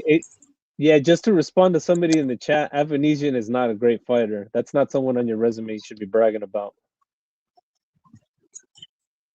Who's putting Avanesian on anybody's resume? Well, Bud beat him, and that's good that he beat him. He knocked him out and made a good show of it. But I mean, it was a damn Stay Busy fight. Come on, man. Nobody cares about Stay Busy fight. That's true. No, that's true. But to say, oh, he's a great fight in this decade, I'm like, okay, come on, let's bring it down. What did Avanesian do? Avanesian, that's a Stay Busy fight. Yeah, nobody Super beat a whole lot of people. Does anybody ever mention Kevin Howard? They don't, and that's the crazy part. It's a Stay Busy fight. Nobody mentions it because it's a Stay Busy fight. And he got beat up in that fight too. He had to thug it out. Mm-hmm. That's the fight that made him retire. Am I right? Yeah, that shit was depressing. So, there's always got to be context. There's always got to be context. I don't disagree that Canelo has a shot at it, but he had to do something to make up for the losses. Whoa. Hey, who is this? DeAndre Martin? I do not hate Bud. It's not about hating Bud. It's just putting things into context. I'm not even that big of a Canelo fan, quite frankly. I've been soured on Canelo since the Triple G fights, the first two. You should have been sour on him since Bibble whooped his ass. I thought Triple G whipped his ass both times. I thought he won the first time. I thought he whipped him definitely the first fight. Second 100%. Fight, I could give it to Canelo because Canelo was slick moving and boxing, but the first fight, Triple G whipped his ass. Can I ask y'all? Can I ask the panel a question? I'm gonna switch it a little bit left because I know we've been on this topic for a minute. Go ahead. Who do y'all think? Rolly and not Rolly, Ryan and Barrio. Who y'all got? How y'all see that fight playing out? Because I think it's a better fight than people. I think Barrio's gonna stop him. Knock him out. Barrios gonna stop him. Knock him out. I don't know if Barrios has it in him at that weight to stop him, but I think he'll likely win. I think he'll win. I have an unpopular opinion, and that is that Ryan threw that Rolly fight because if he wins the title, he's likely going to have to extend his contract with Golden Boy, and he doesn't want to do that. So I wouldn't be shocked if he loses this fight too. It's trash. He's not a very good fighter. I mean, not that he needs to. I mean, he is a trash fighter. He's not a great fighter. But I'm just saying, it's hard to win a fight on talent alone when you don't want to win it, Who's a trash fighter? Ryan Garcia. Ryan Garcia? I I don't know. Maybe. I mean, he fights like an amateur, bro. He fights like it's like if you went I'm gonna say this. It's like if you went to a boxing gym and you asked to see like the best guy in the whole gym, and he's probably a really good athlete, right? But you know, he's not as the most skilled. But in that gym, whoa, dude, he kicks everybody's ass. It's just on the elite level, he doesn't have the skills to put it together. You know what I mean? And that's what Ryan looks like. It's an old saying, Marco, that explains Ryan Garcia to me. Goes like this. Hard work beats talent when talent don't work hard. That's Ryan Garcia. I mean, I don't know. He's very talented, but you know, I get what you're saying. I mean, the only thing is that Barrios is like so beyond washed that he's so eroded, he might be able to snatch defeat from the jaws of victory, if you know what I mean. Like, he's just so washed, bro. Like, I don't know. He's just doing it. He just can't get hit and hurt. Because we saw in the Rolly Romero fight, if you hit Ryan really, really hard, he's gonna quit. I think his hand was hurt. No, I think Rolly hit him really, really hard, and he didn't want to fight anymore. He got knocked down, Marco. You can't. That's what I think. It wasn't hurt. I, mean, I think Rolly hit him really, really hard, and he didn't want to fight anymore. That's what I saw. And gotten back up. Tank knocked him down. He kept fighting. Well, he didn't know. What do you mean he quit? Well, okay. Tank knocked him down. He kept fighting. Listen, wait, stop. You said it. You brought it up. Tank knocked him down, and he kept fighting. So why, when Rolly knocked him down, he didn't keep fighting? Because his hand was hurt. Did you not see the video? Because he was afraid. Surgery? Because he got the fight taken out of him. Did you not see the surgery that he had on his hands? You didn't see that, did you? He had scars. Thomas Hearns broke his hand. Wait. Thomas Hearns broke his hand in the Happen fight, and he kept fighting. He didn't quit. Ryan never looked that inactive against Rolly in his career ever. Like, there was clearly something off. Let's be honest. He also never looked that beat. He also never looked that beat. Like, I'm telling you, Rolly can't box. The guy was man. Come on, the guy was in the van crying afterwards. Like, he's not right in the head. But you say yourself, it's 99% mental. I just don't think he's in the. I mean, you like defending. I mean, I don't know where you can call this Ryan Garcia love, Marco. You want to defend this bum? But go ahead. It might be a mix of both. Mo. He definitely had his hand hurt, but yeah, he probably was not there mentally either. We have David. David's going to come in on his Mexican California shit. Go ahead, David. Tell him. Defend Ryan, David. Do it. There's one. All right. Yo, Marco. What's up? I got to make it quick because I got to get back to work, but it's a question for you guys. Do you guys think that Bud Crawford beats 2022 Bivol? Bivol? Yes. No. No. Okay, No. Sheldon. Hell no. Sheldon, He's too big. I'm asking Hell Marco. no. That's a good question. That's a good question, David. Okay, this is how we're gonna break it down because there's obviously a couple names that we're thinking of the 2020s, right? We're not including Bivol, and for me, he should be there because if you look at both of them against Canelo, it's arguable that Bivol faced a better Canelo than Crawford did. And he beat him better too. And he beat him better. Yeah, I mean, you get what I'm saying?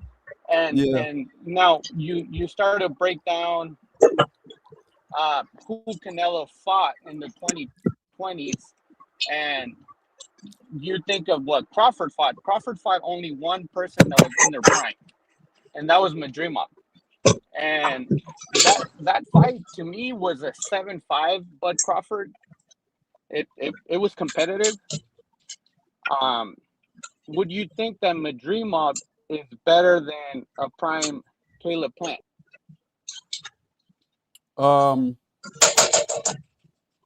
Very different. Very different. Madrimov and better than who? I would say it's pretty even between Madrimov and Caleb Plant as far as how they were on their prime. I would say it's arguable that maybe Caleb Plant was a tougher fight, and Canelo stopped Caleb Plant. So it's not just the fact that Bud Crawford. Yeah, Bud Crawford was great. He looked really good. I had it 7-4 against Canelo. I'm not a Canelo fanboy, but I mean I didn't think there was much going on at the beginning. Did he take over in the end? Yeah, he took over in the end. But you also have to break down all the other years and not forget that we've also had other great fighters like Bivol, Inoue,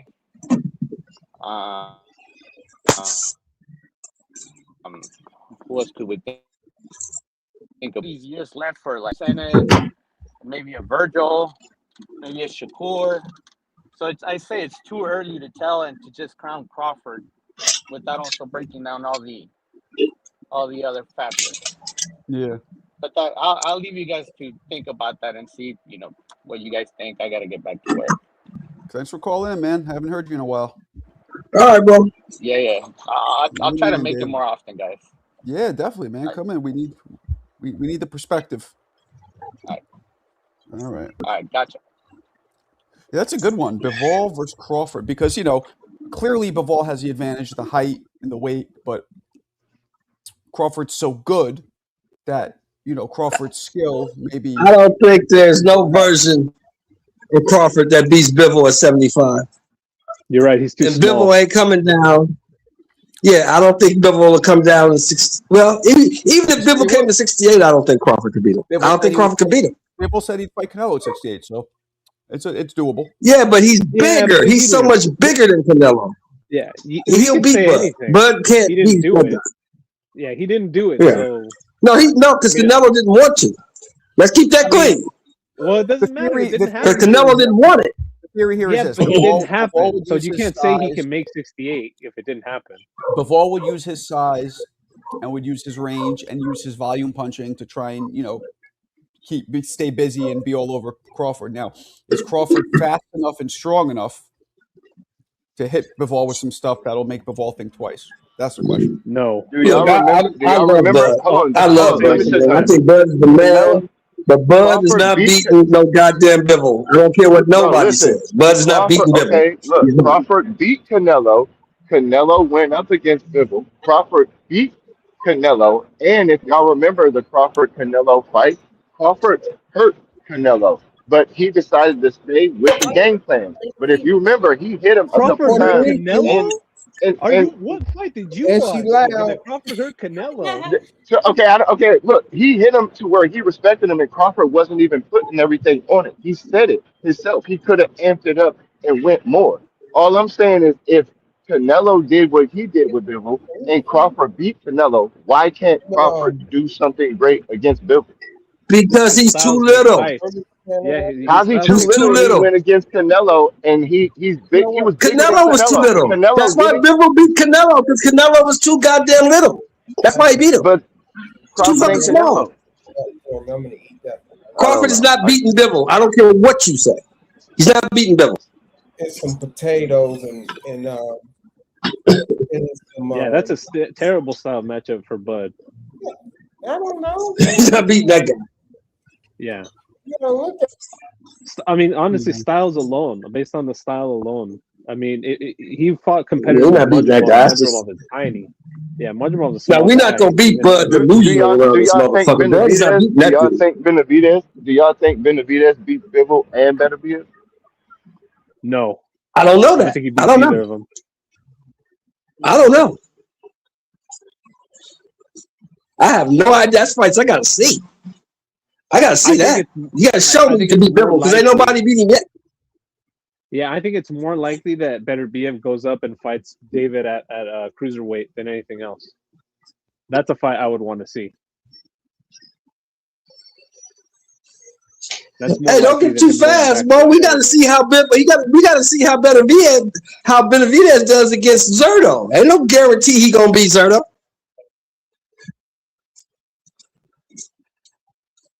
True. Ain't no guarantee. How do you think that fight turns out, Marco? Do you think it goes points, or do you think it ends in a stoppage KO? Zurdo Benavidez? Yeah. I don't know. You know I love Benavidez, but like going up to cruiserweight's a big jump. Now Zurdo was also a light heavyweight, right? So, and Zurdo was kind of fat. Zurdo looks like he's probably not really a cruiserweight. I think Benavidez will beat him just because Zurdo is really a light heavyweight too. I feel like it's not a classic light heavyweight challenging a cruiserweight. I feel like, so I think Benavidez will beat him. But Zurdo never really impresses me. He just has a lot of size, but I think he's probably not even taller than Benavidez. They're probably about the same size, right? I don't know actually. I think Zurdo's like 6'3". No, that's what Benavidez is. Yeah. I think the elephant in the room. Zurdo's like 6'3". How does Benavidez look and feel at cruiserweight? Like how does he? Because one of his advantages is his speed. So how does he look at cruiserweight? Zurdo's 6'2". He's 6'2". Yeah, he's tall. No, he's tall. He's 6'2". Okay, no, he's tall. Yeah, they're roughly the same size. Yeah, Zurdo's also old, so he's 34 years old. Is Zurdo's 34? Is he 34 or 35?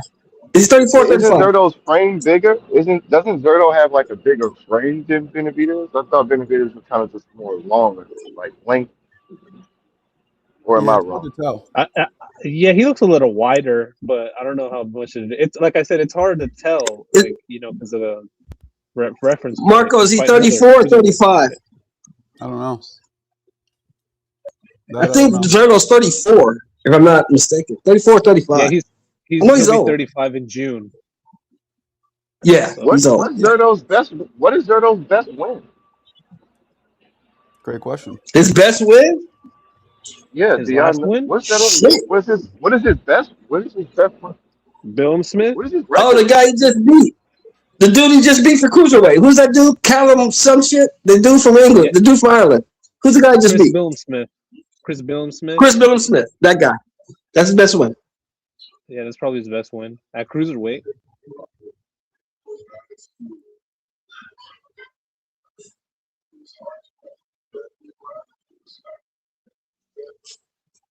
Yeah, it's hard. I don't know. That's crazy. They're gonna make that pay-per-view. That's nasty. Nasty work. Which one? Like in my head, the Benavidez. To me, the way the fight looks in my head, that's why I asked about. I don't know if he's going to carry the weight, but I picture it kind of like Pacquiao versus Margarito. Like he's just going to be too fast. But I just don't know if Benavidez is going to carry his speed. If the weight is going to affect his speed and his stamina. Yeah, that's 20 pounds. That's not a little bit. That's not 7 pounds like the smaller weight. That's 20 fucking pounds. That's a lot. How is he going to carry that? Is that going to affect him? Is he going to be better? Because he really wasn't that much better. But if you listen to all the Benavidez fanboys, they say he cuts down from 220 to 225. So he should be all right. That's insane. If that's true. That's what they say. We say what they say. Yeah, that's crazy. I don't know the dude, so I don't know how big he is in the off season. Well, if he's cutting down from that, that's an unhealthy size for him. That means he needs to lose that weight. So if he's carrying that weight, how does he do against Zurdo carrying that weight? When someone Zurdo can I tell you what. On May 2nd, we gonna find out. On May 2nd, we gonna find all these answers out. We gonna find out. Yeah, they better put some good fights on the undercard. They better stay away from Jaya. That's all I'm saying. Who? Mick Doonan. Extra from who? Can you show BNJ new trainer photos in the Discord? Who's BNJ? Oh, Brian Norman Jr. Okay.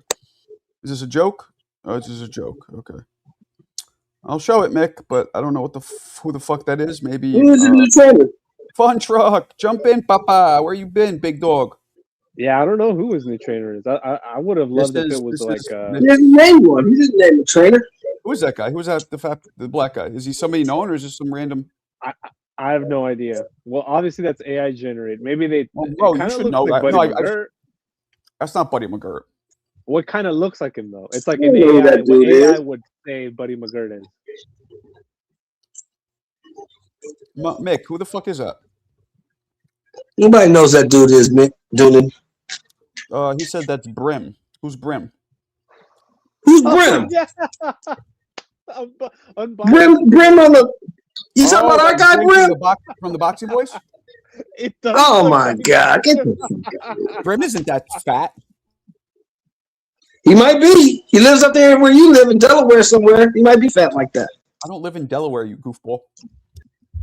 Well, Connecticut, some shit. He live over there. Oh, Hell's Kitchen, baby. Let's just get used to saying that, 'cause that's where it's going to be. Oh, my bad, Marco. I didn't mean to disrespect you, Marco. Hell's Kitchen. Yeah, well, it's like me saying that you grew up in the Valley. Yeah, I know. We be fighting then. Yeah, we be fighting. There you go. Yeah, you're right. You're right. My bad, brother. My bad. Hey, Marco, you got to make that your new moniker, the Hell's Kitchen Kid, like Billy the Yeah, Kid. there the you Hell's go. Kitchen Kid. There you go, Marco. You think? Why? It just sounds. I don't know. It just It sounds. sounds cool. Hell's Kitchen. It sounds Because cool. everybody The knows who Hell's Kitchen is Kid. now because of Daredevil and all that shit. It's 'Cause of you. cool, bro. Yeah. Yeah, the chef of Hell's Kitchen. 'Cause of The you, boxing Marco. chef of Hell's Kitchen of it. Yeah. Well, I like that, Marco. The Hell's. You could call it the Hell's Kitchen, like your show, the Hell's Kitchen, the Yeah. cooking show, where you come in and cook, and you the chef, you the head chef. Oh yeah, you can't say welcome to Hell's Kitchen because Gordon Ramsay will sue the shit out of you. Nah, Hell's Kitchen's a place. It's not his. He doesn't own it. You know what I I'm know it's a place. I know he doesn't own it, but I think he probably trademarked it, right? saying? Yeah, no, you can't trademark it. For his show, Hell's Kitchen.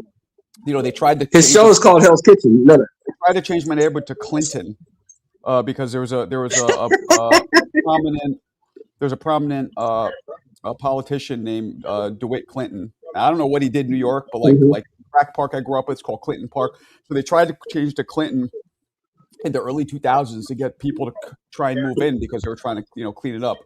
But then there was that shift in New York City where people started moving into Bushwick and like people wanted to live in the dangerous areas. They thought it was cool, so they quickly trashed Right. Clinton and kept Hell's Kitchen because it didn't scare people; it actually drew them in. Right. That's why people love Brooklyn. They do. They just love calling back to their mom and daddy in Ohio, be like, "Yo, Brooklyn. yeah." So, like Brooklyn. I just now? learned something from you last night, Marco. I learned What? something from you last night. What's that? I learned that Shannon Briggs has the most first round knockouts in heavyweight history. I You didn't saw know my that. video? You saw my video? Yes, I did. Yes, I Yeah, that's did. cool. Yeah, Briggs reposted it. Yeah, I didn't know that either. And if you remember in the video, he also has 7 fights, which is a record or at least that ended in under 30 seconds total. One of the few heavyweight Yes. champions to have that. Yes. Knocking dudes out in 30 seconds. Yeah, people didn't realize. Yeah. Shannon Briggs is a bad boy. I was watching. He was really excited when I showed him the video. He was like, "Thank you, that's so dope. It made my day." A lot of people don't realize. I saw a lot of comments on that video, and people were like, "Oh, I didn't know Briggs was a real fighter. I thought he was more of a YouTube dude. I didn't know he was really." They didn't know because all they know is they see him screaming, "Let's go, champ!" They didn't realize, that he really Yeah. put in real work. Yeah. I remember what he said about Foreman. He said he had never been hit that hard. Say that again. When he fought Foreman, he said he'd never been hit that hard. Yeah, I mean, I've asked him in the past. He kind of changes his mind sometimes. Like I remember asking him who hits harder, and he didn't always say Porter. I mean, didn't always say Foreman, but Who was that really beat him? Was it Klitschko? It was Vitaly. Huh? Vitaly really beat him up, right? bad. And then so did not Donald Nicholson. He had a his first loss. He got knocked out. It was a upset. Who the fuck was it? God, I'm forgetting. Yeah, I forget who that was. Somebody knocked his ass out. Donnell Nicholson or something. Ooh, Donnell Nicholson. Yes, I forget who it was. I don't think it was Donnell It Nicholson. wasn't Nicholson. It was somebody else. I know somebody knocked him the fuck out though. I can't remember. Yeah, that's just, and it was a complete upset. Let me go to it now. Yeah. His first loss was to Darryl Wilson. That's who it was. Yeah. Who at the time was 15-0 himself. Right. Out of Jersey. But he ended up going on some. Who's the first to beat him? David Tua knocked him out. Terrence Lewis, who was a friend of mine, knocked him out. David Eizon knocked him out. Well, he ended up getting knocked. Frankie Swindell, I remember him. Zuri Lawrence. Damn, I remember Frankie Swindell. Tim Witherspoon, an old Tim Witherspoon in 2002, knocked him out. Terrible Tim. Yeah, Terrible Tim was old by then. Ray Mercer beat him. John Francis Bergeron, never heard of him. Oliver McCall knocked him out. I heard of him. So, to his defense, though, most of his losses are to pretty good fighters. Hose a lot. Yeah, that's the one I really remember him was when he fought Vitali, and Vitali just battered him. Mick, is that you? What's up, Baldy? There he is. What's up, you Scottish fucking prick? Here, I remember Lennox Lewis beat the shit out of Shannon Briggs. Yeah, he did. No, you're remembering wrong. Briggs gobbled him 3 times. He ended up getting fucked up. You're right, but in the beginning, Briggs had him. Like, hey Mick, man, who beat him worse? Was it Vitali or was it Vitali or was it Lennox? Who beat him worse? Vitali. I think Vitali beat him worse because that was like 15 years after, eh? With Lennox, he tried to fight in the UK, eh? And he had some good moments. With Vitali, I don't think he had any good moments. Aye, but it's like Vitali was maybe about 2011 or something. Yeah, it was like 9, 10, something like that. Aye, like miles after like Lewis was like 96. I want to say. Like so. Yeah, he's probably young Lennox. He's probably young Lennox. Yeah, he's probably young Lennox. So when he had he tried to come and fight in the UK, Shannon Briggs for a bit, but like they done the medical and he's got something wrong with his brain, eh? No, I don't remember that. Aye, they wouldn't sanction him to fight here, eh? He wouldn't pass the medical. Yo, do y'all think Lennox Lewis? Do y'all think Lennox Lewis is underrated? Say that again. Do you think Lennox Lewis is underrated? Do y'all think he's underrated? Yes, he's one of the most underrated fighters in history. I would say he's probably now overrated. Oh Jesus! I think he's properly rated. Well, there was a point where hold on, Mo. What's his rating then? What is it? Since you think it's proper, like you mean like on a scale of 1 to 10 on ABC? What do you mean? Yeah. Who are you talking about, Mo? He's A+, but you guys are talking. When you say he's underrated, you make it sound like he's A++++. When he is. We're talking about Lennox. Who are you talking about, Mo? Lennox Lewis, in my opinion, is one of the top 5 heavyweights who ever lived. In my opinion. He could definitely be those, but not be number 1. Is what I'm saying. Okay, a lot of people do think he should be number 1. But I don't think the majority of the boxing public, thinks he would be top 5. That's why I think he's underrated. No, like I'll disagree with that because, like, see, maybe in the 90s and the 2000s, like Lennox Lewis was probably vastly underrated at that point.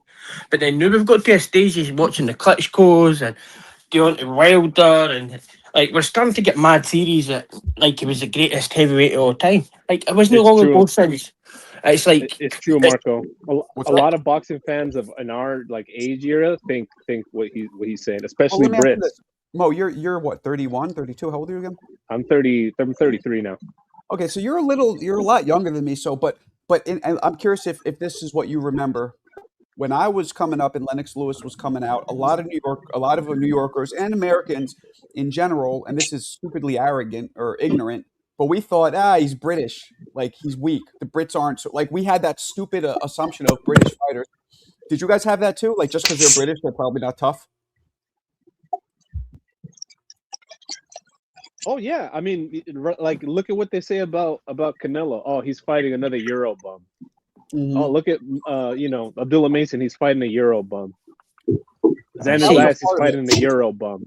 Like anybody who's from over there from Europe is considered like a washed, or like it's the same thing as it's like one of like the stereotype of the rugged Mexican fighter. That's how they treat him when that's not the truth at all. So I definitely hear people say that all the time. See, like the way I look at it is the only fighter that really compares to Lewis and that kind of thing is Joe Calzaghe. Like, when I'm speaking as if Joe Calzaghe was an amazing super middleweight at the time, or it was like the man to beat, or anything like that. no people talk to him because he's got a fucking hell, man. Somebody put that shit on mute. Jesus.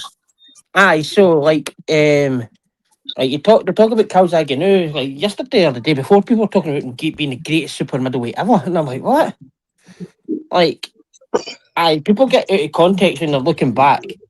Like there was certainly a narrative that Lennox Lewis wasn't that great, and he wasn't that great all the way through. There was always a narrative.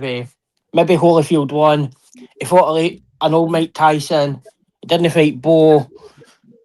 He was getting beat when he fought Vitali and got lucky with the cut. Like that was all a narrative. It was kind of pushed at the time, if you remember that.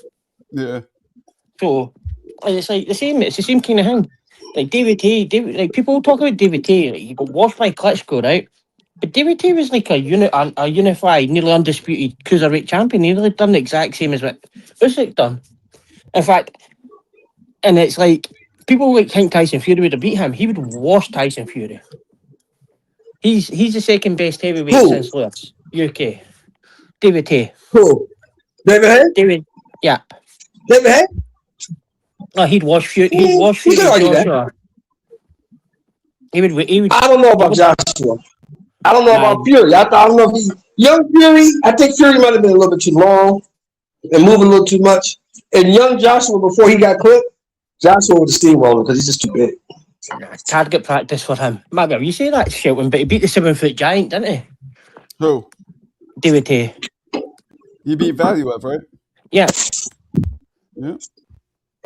But Valuev was trash. You know that dude couldn't fight. Come on, man. Yeah. Nikolai was garbage. You know it, Nick. Stop it, Nick. He's a two-time heavyweight Nikolai champion. was trash, and you know it. Look, you think what Mick means is though, whether he's trash or not, the dude's fucking huge. So you can't say that he can't fight bigger guys. Is what he's saying. I didn't say he couldn't fight bigger guys. Okay, let me put it in this context. The Anthony Joshua that steamrolled Dylan White and steamrolled fucking Vladimir Klitschko. Does David Haye beat that guy? Oh, absolutely. I don't know. Absolutely. No, he's pretty big. Like when you fought Dylan White, both of them had like 13 fights. And Vladimir Klitschko was 41. And he's only been beat 10 times. Wait a minute. Now the guy that fought Andy Ruiz and the guy that fought Otto Wallin, I think David Haye could probably beat that guy. But the guy that fought Vladimir Klitschko and the guy that fought the young Dylan White, AJ, he's a steamroller. He's a steamroller guy. Steamroller. He's target practice, move back in straight lines, kind of cut off the ring. He was fast, powerful, cut at angles. Aye, like Joshua, like he was a nightmare matchup for the guys.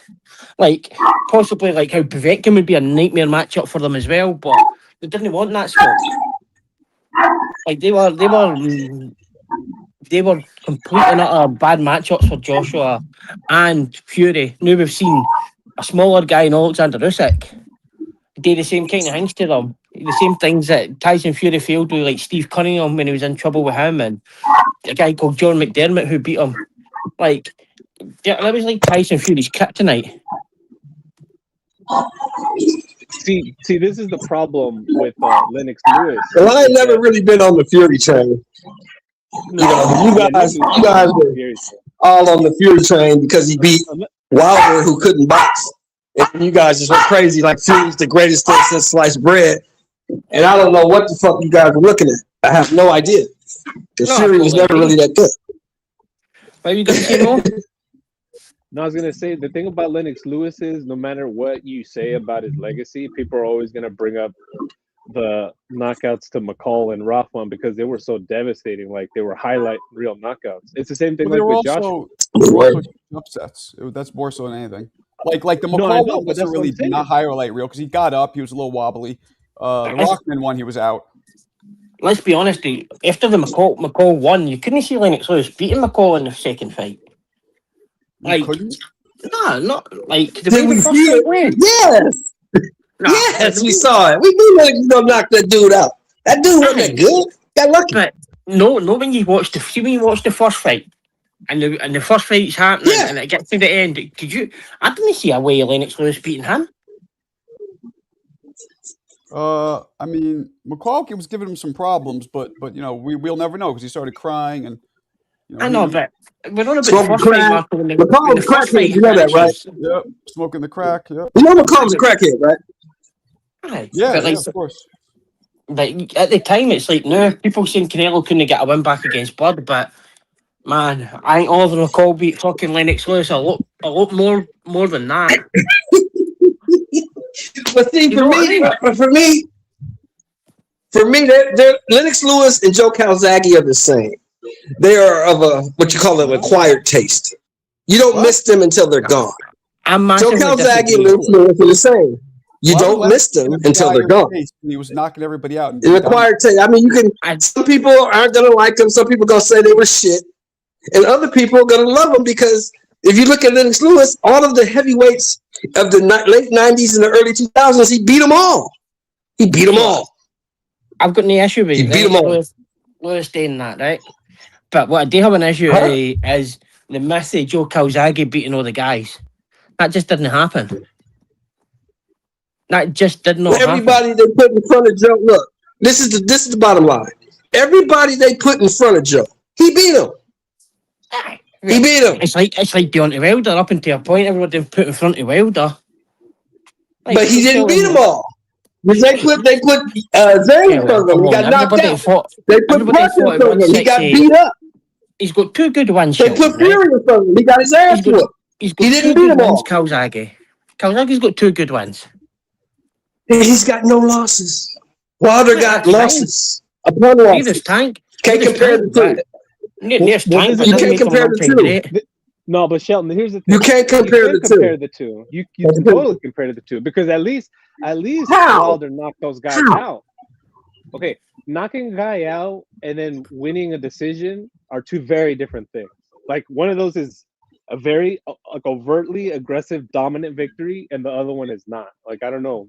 There's a difference between outboxing someone, and then you finishing them in the devastating knockout. Like I don't know. I would beg to say this. I would beg to say the difference is this. I would beg to say the difference is this. Wilder never beat anybody as good as Jeff Lacey. Never. That's Calzaghe's best one. And Wilder never beat anybody that good. Yeah, but well, how did he beat Jeff Lacey though? He That's didn't. what I'm saying. I mean, I know you guys you love the American heavyweights, and I get that, and I respect it. But Wilder's whole career was nothing but bums and guys who had second jobs. That's all he beat. Damn. Well, to defend Wilder, he started when he was like 18, something crazy. He started when he was 20 years old. He got off a beer truck. Okay, look, and then went to the Olympics, right, and got a bronze medal off of no skills. I respect and then went on to knock out every opponent except for the elites. So think about that for a second, Shelton. I respect it. I'm just saying, don't tell me. I'm just saying, all I'm saying is, all I'm saying is this, bro. All I'm saying is this. Don't tell me that he was good because he wasn't. So now he was excited. He knocked a bunch of people out, Shelton, but don't tell me he was good because he wasn't. Wait, think about Shelton. You said you know all of that, so you can't. Look, he started late and then went to the Olympics and medaled, bro. So you can't say he's not. I respect good. And it. He went on to knock out 40+ people. Right. So no, but you got of course. I respect it. Good. Okay, maybe he's not great, but what he did was great. Shelton, we'll What break he it down did here, was right? great. Yeah. We'll break it down. Go ahead. Whoa. Forget Wilder. So we're talking about Calzaghe and Lennox here, right? So Lennox had 43 fights. You can name 25 of his opponents quite easily, right? You look at Calzaghe's record. You can name maybe 1, 2, 3, 4, 5, 6, 7 at the very fucking most. At the very most. Out of the 46, right? And again, the 7 has been Roy Jones, Bernard Hopkins, Kessler, Beaker, Lacey, Then Byron Mitchell. Let me ask you a question, man. Robin Reed and Chris Eubank. Calzagi's from where? Let me ask you a question. Serious question, mate. Serious question. Calzagi's from Wales, correct? Correct. What the fuck did he do to you, bro? Why do you hate Joe so much? What did he do to you? I didn't hate. So then you've got then you look at Lewis's. He's got McCrory, Biggs, Williams, Ruddock, Tucker, Bruno, McCall, Butler, Morrison, Mercer, McCauley, Gain, Akinwede, Galota, Briggs, Holyfield, Grant, Botha, Tua, Hashim Ratman, Mike Tyson, Vitaly Klitschko. Like, what are we talking about here? They are completely, massively miles apart. Miles. I think you just hating on Joe, man. No, I didn't. No. I didn't. I think Joe's probably the second or the third best fighter. Probably the third best fighter out the UK in the last maybe 50 years. But like the touch-up that he gets is like the touch-up he gets is kind of crazy. To me anyway, where like for me, Carol Froch fought better competition but lost a few times. That's kind of the difference, eh? But see, I agree with you there because I like the Cobra. I thought the Cobra was a cold dude. I liked him. I like Carl Froch. I hated Carol Froch. I can tell you, I was a Calzaghe guy. I hated Carol Froch, right? He's boring. Just no. Carol Froch was never in a boring fight. I just hated that he always came out with the Calzaghe shit. The same as the way I hated Junior Witter about fucking Ricky Hatton. But like looking fucking back on it, man, the record's fucking suspect. I always hate Carl Froch too, bro. I got it. I don't know how they put Carl Froch in the Hall of Fame. That makes no sense to me, dude. Froch. He was a good puncher. He was a good puncher, but that's kind of it. Like, but his resume, his running fights were all fucking.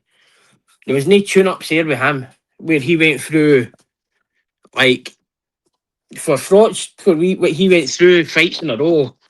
I couldn't. That's probably why he's in resume. But if you think it, he went at a point. He went doing Brian McGee, Tony Dodson, Travasian, Robin Reed, John Pascal, Jermaine Taylor, Andre Durrell, Michael Kessler, Arthur Abraham, Glenn Johnson, Andre Ward, Lucien Booty, Yusuf Mack, Michael Kessler, George Groves. That's probably why he's in resume. Like I always just thought he lacked in everything. Okay, in everything he lacked in just pure skill. I guess he made up for it with like grit and resume. Because at least he fought the guys. Oh, it's like in the technically wasn't great. The Andre Ward fight, like watching it honestly, it's like if you put Andre Ward to fight like a heavyweight from the 1930s. That's what it's like watching Carl Froch. It just now they're exciting. It's just they're just god awful, ugly style. Just like Andre Ward was horrible. Fucking ape. Horrible fighter. Fucking ape. Shut up, wait there. So like, what Calzaghe, what Froch had was chin, and he could punch, but like he could take a beating as well. Chin, heart, and he could punch. But like that's why Froch is in. Grab. That's why he got in. It's just the list, the running fighters that he went through. Look, this is the thing. If we're gonna let Carl Froch in, then we gotta put like Mickey Ward in. We gotta put a lot of American. I'm guys sure. I'm sure, like they were able to get it with just grit and a good chin and just punching power. That's my. I'm issue. sure. If we're gonna let him in, we gotta let a lot. I'm sure Froch was in before Naz and Tingy. I'm sure he was in before Naz and Hatton. He was definitely in before Hatton. What about Arturo Gatti? Arturo Gatti got in because he died. Let's be honest. Well, but that's the thing. He was good. You say that, Nick. But if we're gonna let Carl Froch in on merit, then we should. Then Gotti is in there on merit too, because he also had a pretty good resume.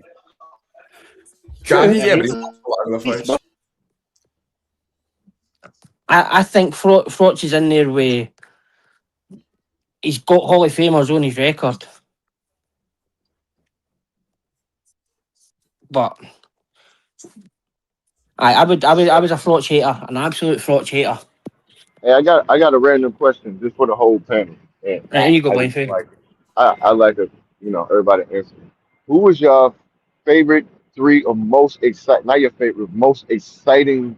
Like, who did y'all have to watch? Not just your favorite, but like just your three most exciting fighters to Well, watch. that's usually going to be favorite. Like, you mean all time? No, I'm not or saying your just like of favorite this can be era? all time. I'm saying just your. How about right now? How about right now? Like, who are your most exciting fighters to watch? Like right now. Right now, that's pretty easy. Right now, currently.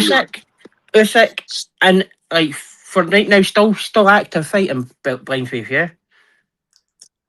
Or counting the past. Yes. No. Currently, like who right now? That's what I'm saying. Not your favorite Oh, fighters of all time. Just easy. mostly who like excites you to like. Who do y'all have to watch? Like if these people are fighting or they got a fight coming, like I gotta watch this. That's Regardless of the opponent. Like who excites y'all to watch right now? Usyk, Beterbiev, and anyway. All right, mine is Benavidez, Boots, Tiafimo, Tank, Inoue.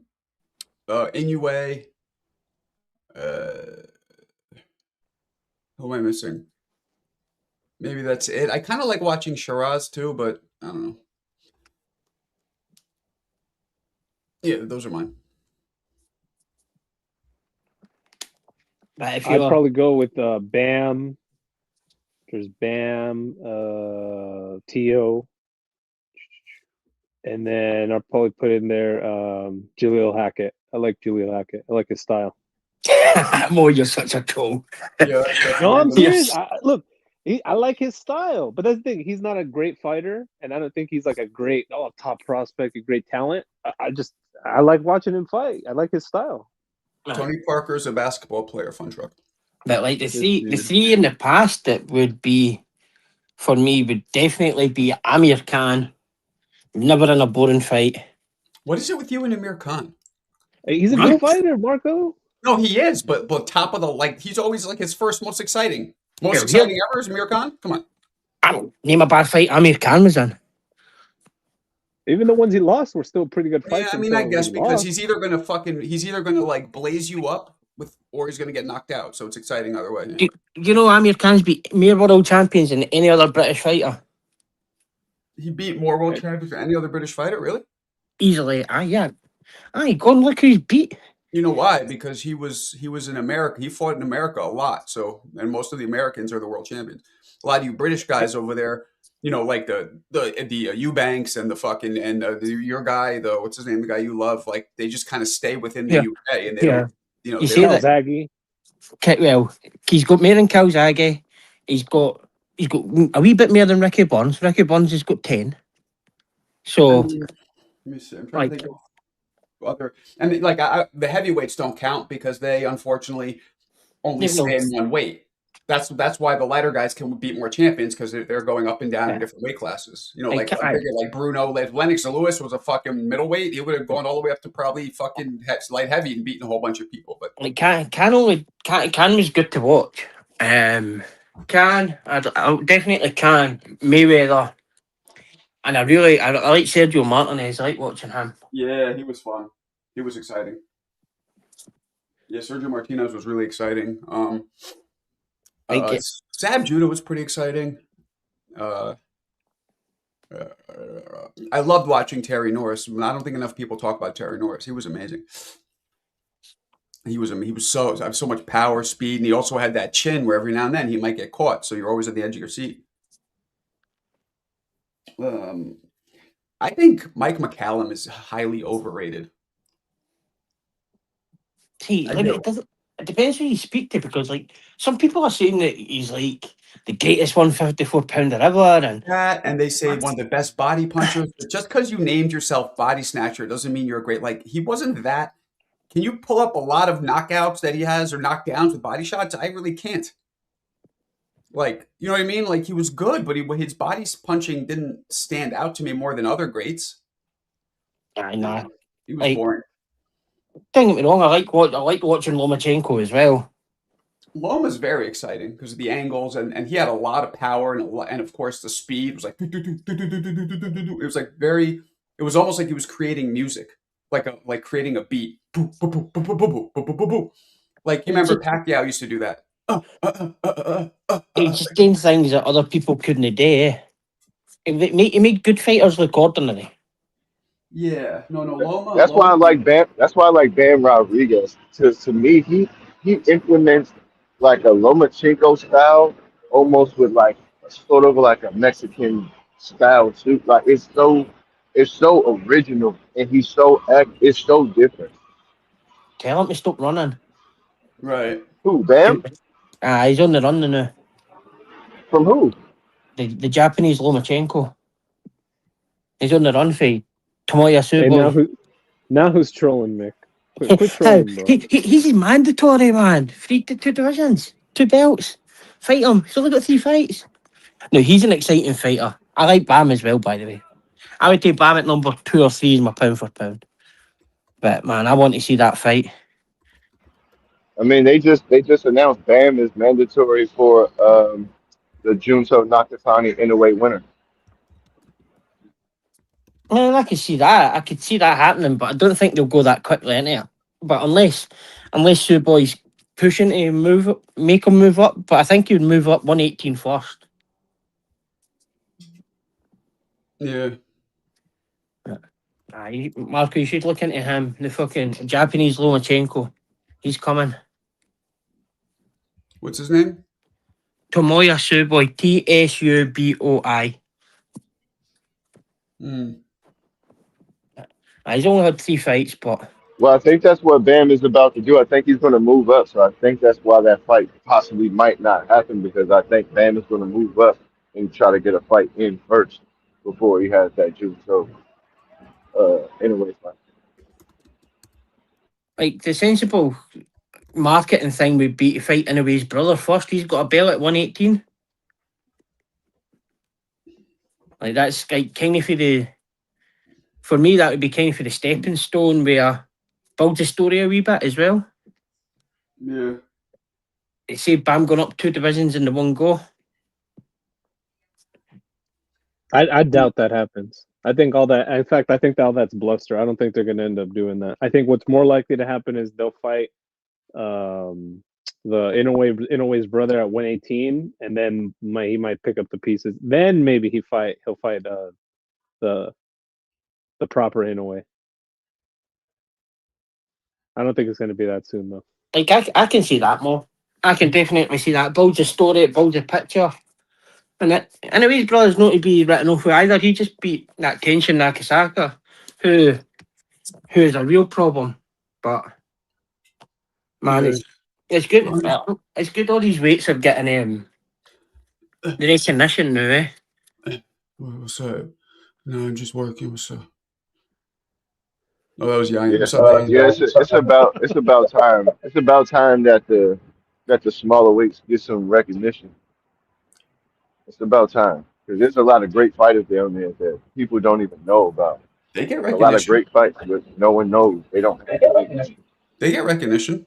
There's only like They 4 do fighters it. that most people can name, if that are like smaller than maybe 122. 122 and down. Most people can't name 4 fighters. Nah, I'd agree. It's back to pick up. Oh, somebody's got an echo. Nick, you know all the boxers in the world right now from like 1930 to current. I'm not talking about people who know boxing. Like, I'm talking about like the average person who follows boxing, but not an avid boxing, purist. Like, they can't tell you anyone pretty much from like 126, 122 down outside of like maybe Inoue, if they know Inoue.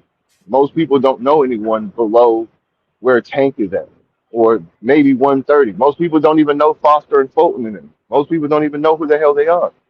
Most people don't even know the champions, 130, Navarrete. Most people they never even heard of those guys. They don't get the publicity because they're small guys.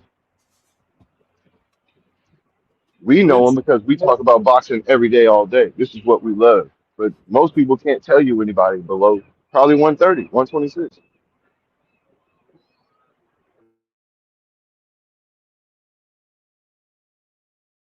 Hey, breaking news, guys. Apparently, fuck was his name? Alexis Rocha can't make weight for tomorrow, so it looks like they're looking for a last-minute replacement for Raul Curiel.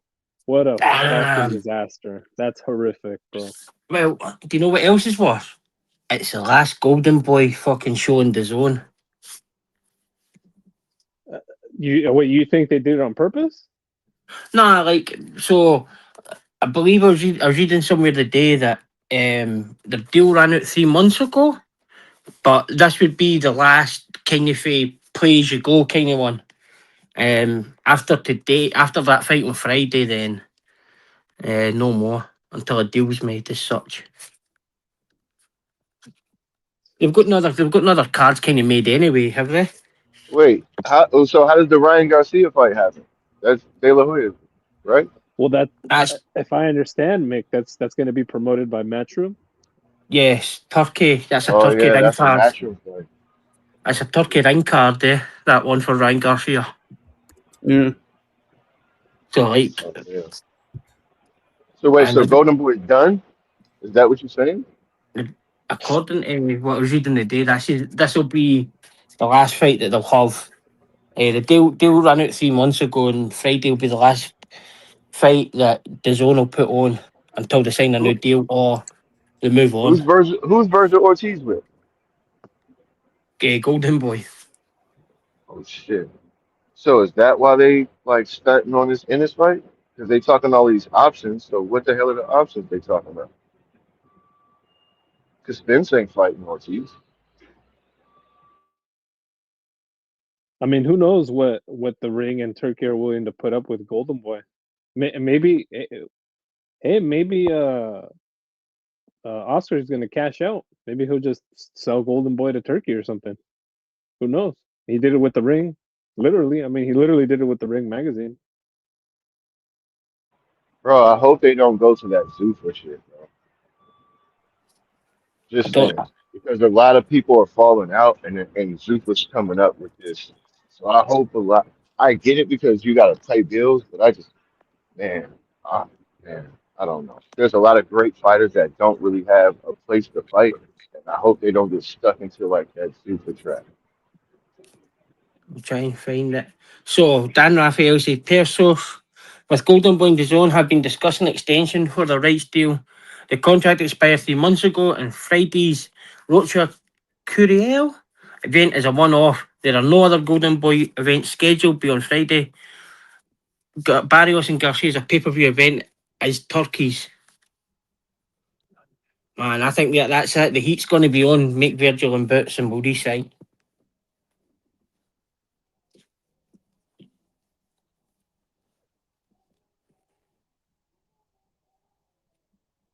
Wait. So does that mean like DAZN and Eddie Hearn and them can snatch up Virgil Ortiz as a fighter in theirs, or is he still contracted to Golden Boy or whatever they do? Oh, imagine they're still going to be contracted to Golden Boy, but there'll probably be something in the contract saying that it would be tough to be on some sort of platform or like, do you know what I mean? They'd have to be. I think in the contract is that you've got to something along the lines of put them in the best position possible to make the most money or to try and give them a position, but I can't see Virgil leaving Golden Boy.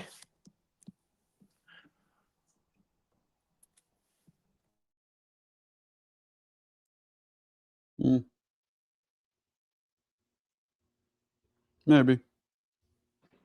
Who are all the other 54s signed to? Like Bakram is PBC, right? Ennis is Who did you say DAZN. PBC? Who did you say PB? Who's PBC? Bakram. No. He's main event. I mean, Marshall's out. Yeah, Marshall's out, right? He's PBC, right? Nah. No. Kathy Duba main events. Because Fundor's PBC, like a bunch of those guys at 54s, those are PBC fighters, right? No, not really, because Xander's top rank. Abbas is a free agent. Keith Thurman. And Billy's top rank? And Billy's 68. a couple of weights up. A couple of weights up for there. Oh, he's 68, my bad. Boots is Matchroom. Madrimal's Matchroom. Well, and Madrimal's fighting at middleweight now. Apparently he's moving up to middleweight next week. Who's Thurman with? Thurman's still PBC or is he free? Who's Thurman with? I think Thurman's probably still with PBC, but is Fundora no we got Golden Boy? No, his No, sister I thought he was is. PBC, right? The Fundora's sister is PBC. with Golden Boy, but the brother is with PBC. Aye, so I was getting them mixed up. I'm trying to think who else is in that division. Because Bochuk went to Zuffa, didn't he? Apparently. What about Brandon Adams? Who's he with? Is he Matchroom or? Oh, good question actually. I think he's the dark horse in that division, bro. Nobody's gonna want to fight that guy. He'd probably fuck Virgil and Boots up.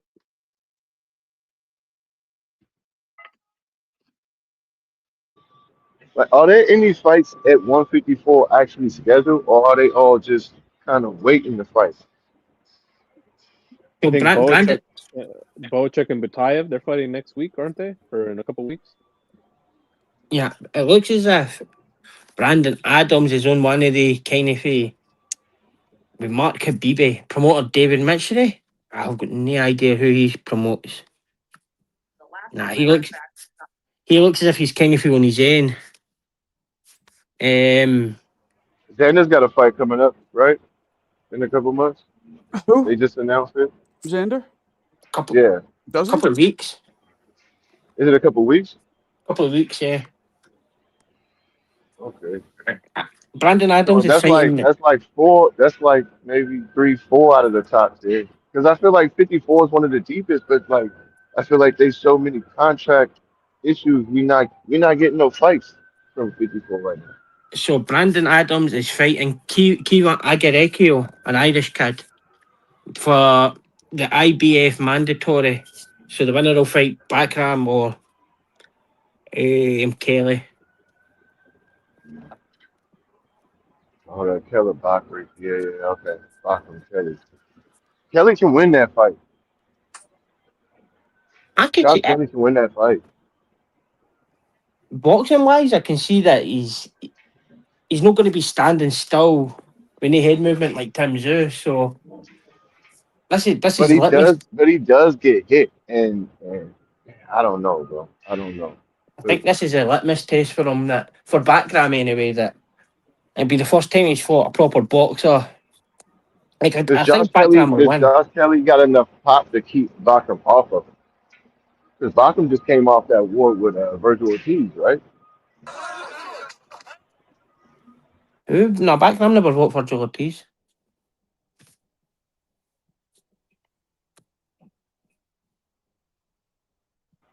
Who Bakram just fight? Tim Tszyu. Tszyu? Aye, Tim Tszyu. Oh, okay. Like, I think possibly that Bakram will beat him, but like, I don't think it's going to be like the wash it was at Tim Tszyu. He comes straight forward. He can kind of walk Josh Kelly down. That's what I was saying. Like, I don't know if Josh Kelly can box and move around because he's gonna have to keep him off of enough for him to. Nah, he can certainly box and move his feet and move around Josh Kelly. Like, he's probably the same.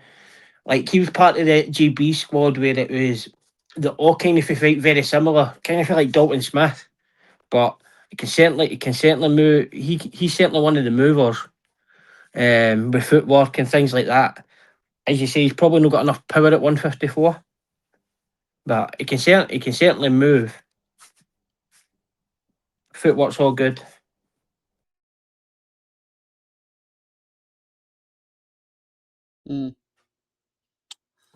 Mo Antonio Barrera.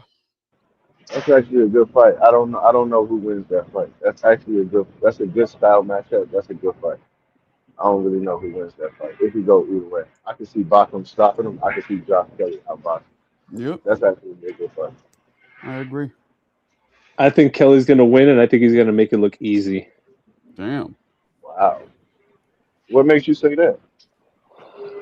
Well, Bakram's off of like what, year and a half layoff, and he's never been a great talent anyways. And the guy he beat was Tim Tszyu, which is kind of at this point in his career is kind of like a slow moving heavy bag, bro. He just comes straight at you, no bells and whistles, and he got his ass whooped. Okay. I think even a mediocre boxer probably beats Bakram. It's not a matter of people are scared of him. It's more a matter of they don't want to fight for peanuts, to put it blatantly. Yeah, because he's a high risk, low reward. And look, I don't think Kelly is a great boxer. I think he's like an okay boxer. And I guarantee you, Marco, if he wins, that's Boots' next opponent, without a doubt. Without a doubt, that's what'll be his next opponent. I mean, Boots needs an opponent. Something like to really challenge him. Something that, you know. I mean, I think if Boots can't get Virgil next, I think Thurman or Zoo would be a good name for Boots. Yeah. If he can get those fights. But I think those would be good tests for him. Good tests and good names for him.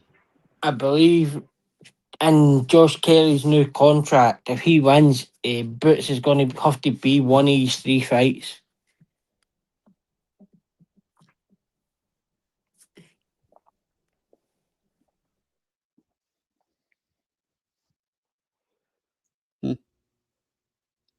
Yeah, I don't know.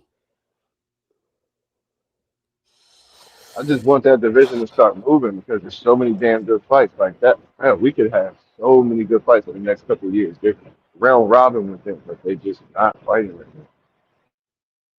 Yeah, that's true. That's true. I mean, I don't know what's up with Boots, man. He still hasn't taken on the challenges that, the people want. The ones that'll define his career. I don't know why. I mean, he's high risk, low reward kind of too. Like I don't. Boots? Yeah. Nah. How As so? far as like, I don't know what opponents. I don't watch people fight, but I don't know what people get paid to fight Ennis, and people know Ennis is a damn problem. So I don't. That's what I mean. Low risk. You know what I mean? I just don't know if they feel like what they get paid is what they feel like they're going to get punished for. Well, what gets me is this, Blind Faith, is that Boots, everyone says, okay, Boots is the A-side. He's the guy who draws thousands of fans in Philly. Well, okay, then why isn't he sending the offers? Because that's what an A-side does, right? An A-side is the guy everybody wants to fight because he's the payday. Yeah. Well, I'm not saying he's the It's the A-side, but I'm opposite. saying it's just his name is a draw. As far as 54, it's deep competition. But as far as names, most average people can't name you 3-4 fighters in 54 in the top 10 because it's so deep. But there's really no big names in 54. The biggest name is probably Zoo or Thurman. Yeah. Honestly, I'll do you one better. I don't think about it. 154 is deep at all. I don't think it's a deep division at all. I think most of the fighters and top guys there are fucking basura. Damn. Trash. As far as the top 10, they're not all-time greats. Yeah, I don't think. No, I certainly don't think Virgil is number one. No, I don't agree either. But who is number one? Because I feel like there could be a round robin. I feel like Virgil could beat probably a bunch of those guys, but I feel like a bunch of those guys could beat Virgil. We just don't know. That's why I say it's a deep division. I feel like there's a bunch of good fights where honestly you really don't know who would win. You don't know who will win between Virgil and Ennis. You don't know who will win between Thurman and Fundora. Xander and Fundora or Xander and Morris. It's just you don't know yet. We're just guessing. We haven't seen enough of them fight each other. True. I'll say this: I think there's a lot of interesting, entertaining fights to be made. I just don't think like the skill and the talent is there. I think all the skill and talent is kind of just concentrated at 140 right now. Just based on pure skills, pure talent. I think it's all at 140. Well, yeah, I agree. I say they're the deepest division. Those two, they're the most stacked. How about that? They're the most stacked division. The thing I find weird is like Boots and that, they've all got these big promoters. But Abbas can get a unification fight without a promoter as a free agent. Easy to do a deal with. Gets the deal done. Him or Xander will be a unified champ. Like, I think there's too much ego in all these negotiations. That's a fact. Yep, that's a fact. Too much. Way too much. Fucking annoying. Absolutely. Some bullshit. If you ask me. I agree, and I feel like some of these fighters, once they feel like they don't fought a couple people, and I think they think their recognition and their worth. I mean, maybe they. I'm not. Who am I to say your worth? But some of these guys who just like outpricing themselves, and it's like you just had like your first kind of shine. It's just like, why are you asking for 8 million, 20 million? Like, well, the Schofield's asking for hella money just to fight Abdullah Mason. Like, what? For what? Like, who are you, bro? Like, I think that's another reason. I guess that's what you're saying with the ego. But damn.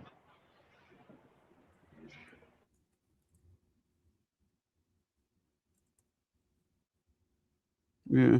I mean, we say that, but in actuality, guys are getting paid that much. Look at how much money Turkey's throwing around. That's really what it is. They're just fishing for a Turkey payday. Since Abdullah Mason fought on the ring last time. I'll be right back. But what is Schofield and them asking for? Like 8 million, 10 million? Like, what have they done? No, actually, I think, didn't he say 20 million? Or am I making that up? I feel like he said the number went higher or something like that. Yeah, I didn't hear that number. But I know the number that they said was crazy. I heard it was like closer to 8. He's never getting on a ring card again, man. But yeah, it's just like, why he hasn't done enough to. Okay, cool. You're fighting Abdullah Mason, right? But Abdullah Mason is, I don't know if he's worth 8-10 million to fight right now. He just got kind of his big. So it's like, I think that's another reason we're not getting these fights. Dudes are ducking by the price. Okay, I had a look at it's like this ring card coming up. I had a look who Shushu's fighting. Man, he's fighting a guy that's coming through 122 who's not had a win for like 2 years for a vacant belt. Like, I mean, it's getting ridiculous. The Castro kid? Yeah, but if you think about it, this card was just thrown together. They were kind of looking for people, and I don't think the other opponents was available for Shushu. I think they got fights coming up. Well, I mean, it's for a vacant belt, so you think they put somebody's going to be available? Nobody wants a vacant belt. Nobody wants a shot at the vacant belt. I know they didn't ask the number 1 ranked, and because that's Nathaniel Collins, and they didn't ask him. But the mad thing about it is, Ray Vargas is still the fucking champion recess, so he becomes the champion when he comes back. I'm telling you, Mick, he's gonna win, and he's gonna vacate by next month. I'm telling you this, bro. He's gonna go up to 130. Weren't there whispers of the Shushu Figueroa fight? Like, somewhat like if they win, then Figueroa's next for Shushu, or Shushu's next for Figueroa. Well, Figueroa's fighting ball, isn't he? Yeah, because I heard that Shushu's supposed to be fighting like the winner of that, right? It's nasty, bro. Just reheating Stephen Fulton's leftovers, huh? That's despicable. Well, Stephen Fulton just got he is leftovers right now. I don't really know. I was never high on Stephen Fulton, like, I don't know, whatever. That's another conversation. But there you go. Look, you weren't high on Stephen Fulton, and we're talking about Shushu beating the guys that Stephen Fulton easily outboxed. Like, if Stephen Fulton can easily outbox those guys, are they really competition for Shushu? Are they really championship competition? Those guys deserve a title shot. I mean, I hear what you're saying, but it's a little bit different eras. Fulton's way ahead of Shushu. He was here before him, so. In fact, they're fighting for Fulton's vacant belt, aren't they? No, Fulton was 126. And that is fit 126, sure. Oh, did he have to vacate to fight Foster? Is that how no, they made that went? Yeah, they made him vacate because he missed weight. yeah, he had the vac. Yeah, he had the vac. They made him vacate. Well, I think Shushu after this, if he wins, beats Castro, I think he gets the winner of Ball Figueroa, and then yeah, I know they've been calling out anyway, but I don't think that happens. But then I know there's Leo and Espinoza over there, so I heard Leo might have a fight coming up. I don't know what Espinoza's doing, but I know Shushu called out Espinoza and Ball. I just see if Vargas is going to come back, then I agree with Mo. He'll just dump the belt and move up in weight probably.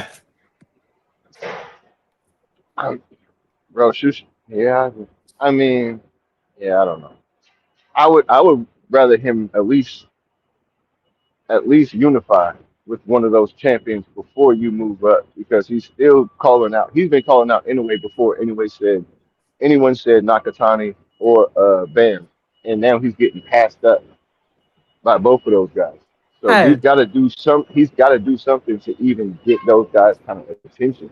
And Wait, they're one not even in belt the same against division Castro though. ain't going to really do it. He's got to beat one of those other guys, like a Espinoza or Paul or a Figueroa, or Leo, But how are you getting before you passed up move up. for Nakatani though? Like Nakatani's came through all the same divisions as anyway, but Shushu's never been in any of the same divisions as Inoue's ever been in. Like, so I don't know how he would be even at the front of the queue for these fights. I could see if Inoue gets past Nakatani, I could see him risking it to win 2 belts. I could see that happening. But for How one do y'all belt, feel about the no, I don't see Nakatani that. getting the nod? Do y'all really feel like Nakatani won versus Hernandez? What is y'all opinion on that fight? Personally, I think he won, but I don't think the result even matters. The fight was going to happen anyway between him and Inoue, even if it lost. Wow. Damn, you said something right there. 'Cause, yeah, you're probably right. Yeah, I think that the fight plan must have been to play it safe and outbox the kid, and they just underestimated how good of a fighter Hernandez was, and it wasn't as easy to outbox him. He had to kind of slug it out in those last 2 rounds. I had Do you feel Nakatani like he winning by won? that 12th round. Okay. Yes, I had a draw until the 12th. What about you, Marco? Do you think Nakatani won that fight I against just got Hernandez? back. Against who? Against who? Against Hernandez, the all Japanese card a few weeks ago. It was pretty close. Pretty close. Maybe a draw. All right. It was pretty fucking close. Yeah, it was pretty close. I don't know. What do y'all think happens with the Nakatani Inoue fight? How do y'all think that plays out? Inoue, come on now. Inoue by KO. Inoue on point like a snipe. You kidding?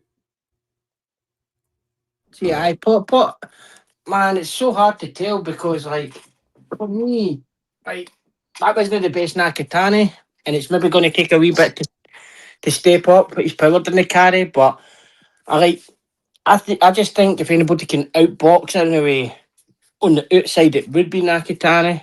But I don't know if he'll be able to handle his power. It's a great fight. Honestly, I think Bam has a better chance. I think Nakatani's too slow. I think his feet are too slow and his hands are too slow. He's long and he has pop, but he doesn't have too many shots. I think Inoue's feet are just too fast for it. I think he's gonna put on the masterclass. So I think he's gonna beat the hell out of Nakatani. Like not even close. I would pick Nakatani to beat And then if he Bam. if Inoue puts on a masterclass and kind of like stops Nakatani in 3 or 4 rounds, does that like take away from the I don't know the grandness of the event, No. or does that make it bigger? Does that make him bigger? Nah, because like we're probably talking at the moment, probably like the 2 greatest fighters Japan's had in a long time. Probably ever. One's a 4-weight champ, One's a 3-weight champ. Both on pound for pound list. Nah. Like I can't even think of other Japanese fighters that were on a pound for pound list. I think this is their version of Spence versus Crawford. Arato was probably the last one. And it might end the same way. It might just be a total ass whooping, like Blindface says. But we didn't think that Spence versus Crawford was going to be a total ass whooping when the fight was announced. You know what I mean? Yeah, we did. I don't think anybody thought it was going to be like that. I can see that more. I thought Crawford was going to win. Maybe I not didn't see him winning like that. Yeah. Right. I mean, it wasn't even close. Like he just opening bell to the last bell. He just dominated him. Right. No, I get it. I don't think it's going to be like that, but if it is, I'm just saying it's comparable, right? Because they're 2 pound for pound guys, and obviously Inoue is the more skilled of the two, but we just have to see him fight. Like we got to see him duke it out. I think it's going to look like Inoue versus Fulton. I think it's going to look just like that.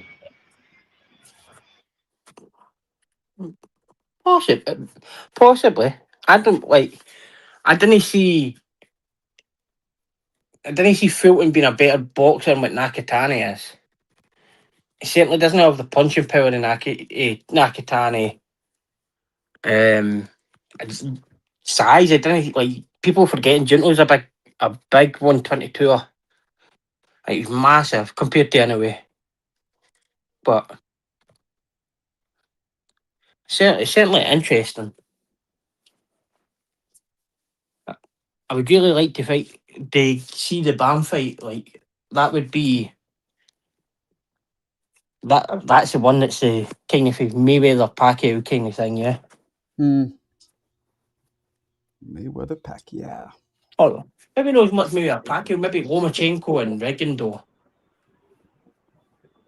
I mean, Inoue has got dropped in his last couple of fights too. So maybe him going up in these weights is finally kind of catching up. But Nakatani's going up too, so I think that kind of like evens it out.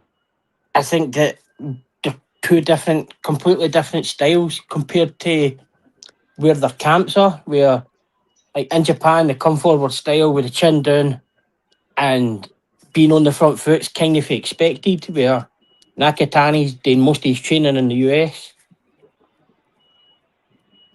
I think that makes a difference between it. Nakatani's not just your throwback Japanese fighter that's going to come forward. But I think it's just Inoue's feet and his feet. I think his feet are just going to be too fast. His angles, I think he's just going to be too fast. He's going to run around him, like I said, like a Lomachenko or like Pacquiao. He's going to jackrabbit around this dude, I think. Because Nakatani, he's decent, but he needs you in front of him. Like, Inoue is good at turning and angles, and he's going to be there and not there, and he's going to catch him. I just don't see nothing that Nakatani can do to beat Inoue. He doesn't have the jab. I don't think Inoue's going to come to box, bro. I think Inoue's going to come to put on a show because that's what he likes to do. That's what he fights that way. You say he got knocked down, but that's what he got knocked down because he was trying to put on a show. They're kind of forced to do that more when you're Japanese, really. That's what the style is. But as I'm saying, Nakatani's not really like that because his camps are in the US. He fights California, I think his camps are in. So I think people are like blind faith. I think you're massively underestimating Nakatani's footwork and things like that. He's got elite footwork. He can create angles as well. I don't think in a way he's got the massive advantage here. I don't think Inoue's as big as Hernandez either. He had the perfect opportunity to do it against Hernandez, and he didn't do it, right? That's true. And you're right. He couldn't stay away from Hernandez, and Hernandez is nowhere near what Inoue can do or produce. But he is bigger than Inoue, though. Yeah, Hernandez is much bigger but than that Inoue. doesn't mean anything because he couldn't turn Hernandez. He couldn't get away. He couldn't take an angle on Hernandez. Hernandez was just overwhelming him with shots. Inoue doesn't have to do that. He's going to pop shot and feint you and use his feet and jab you to the body, stab you. Like I just don't see what Nakatani. I feel like Nakatani is going to be behind him all night I mean, until like he sleeps. the first 4 rounds for me, that Nakatani done everything that you're saying he didn't do. Like, put on an absolute boxing lesson for 4 rounds. And then I think he didn't expect the pressure to keep coming for Hernandez. I think they'll try to get him out there early and he just didn't carry the power. Like, certainly got If we're footwork talking and about pressure, who puts on pressure like Inoue with just his presence, just his feint in and out. Just half of the time he's not even there. He's just bouncing in and out there, and he's making you do stuff without him. If you're talking about pressure, he puts on physical and mental pressure at the same time. I totally Like get that. Hernandez was just forced pressure, and I get that. Maybe Nakatani he had to adjust, and it's his first time here. It's a lot of volume, but it's a whole different kind of animal that we're talking about.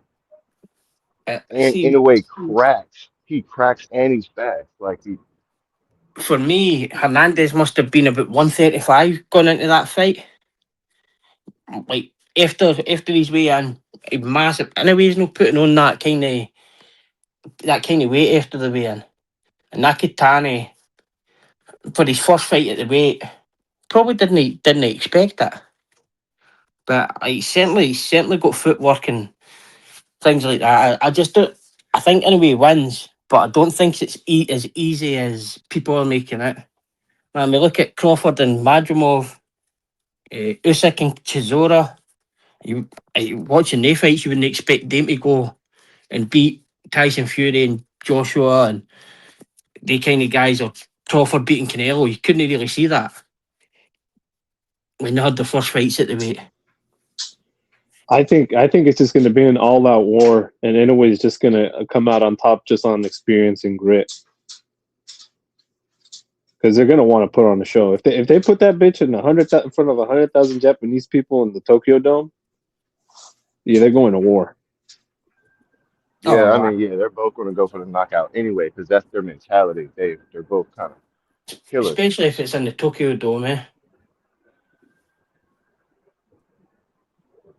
How much taller is what? How much reach does Nakatani have on anyway, if any?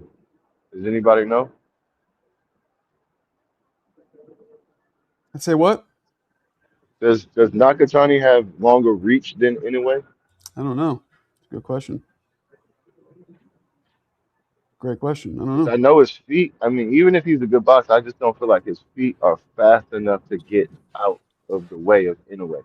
And if his Certainly, reach isn't that much like longer to where maybe he can keep him at the jab for some while and maybe uppercut or something, but I just certainly don't. has more reach than Inoue. Does he use his reach like that? Well, he'll fight. Because I don't feel like he has like a jab that's just going to give Inoue so much problems.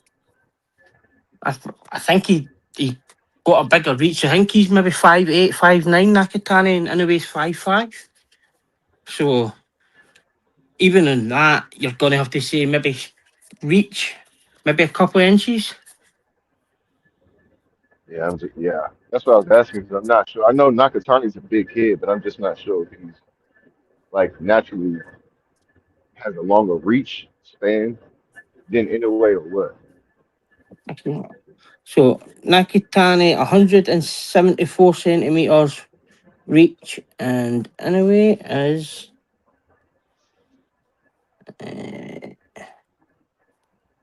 reach is 171 3 centimeters. So an inch. That's and not even I think Inoue is 5'5" and Nakatani is 5'8" is what I'm seeing here on BoxRec, anyways. So Nakatani's not going to be too much bigger than fighters that Inoue's already fought, right? Because he's fought like Donald and guys that's taller than him anyway. McDonald is this going to be his best? Is this going to be Inoue's like best fighter? Y'all think this would be the best fighter he's fought so far? No. He's pound for pound, so it'll probably look really good, like on paper. But no, I don't think he's the best fighter. I mean, he beat Donaire twice, so Yeah, by Donaire's Yeah, those ones. Donaire's probably his best one. And Donaire just had a stoppage, right? Donaire looked good in this last one. And I think So would y'all say Nakatani? Well, we can't say it's his best, but based on what we do, y'all think Nakatani is maybe top 3 best opponents that in a way? It could, because he's still young, right? Isn't he like 24, 25? So he might go on to, you know what I'm saying? Like he might be one of those guys where this win ages well. You know, he might win a couple titles later, go undisputed or some shit, and end up pound for pound number 1. We don't know yet, right? Yeah, like for Nakatani's 28, just turned 28. And this is how many weight classes is this for Nakatani? This is 3rd, right? 4th. This would be his 4th. Damn. If anything, he could be the one that could go to 130 eventually. I can't see any way getting up there. Mick, what's up, man? What's up, Oval, my man? How are you, Shagger? I'm doing good, man. I hope you are. I'm all good, my man.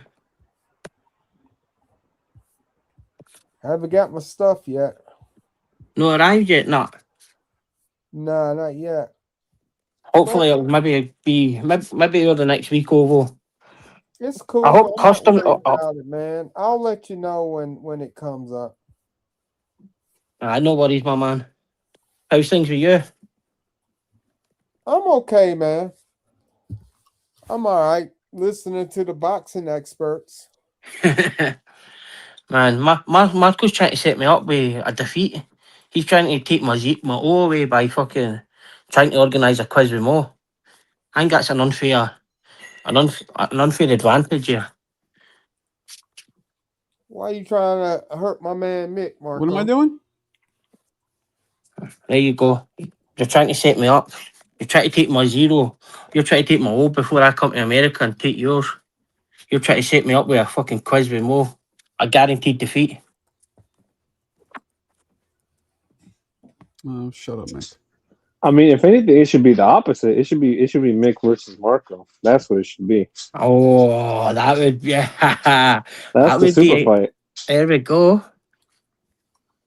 Well, this is like the ring. We'll reestablish the lineal, because I think I was the last trivia champ, if I remember right.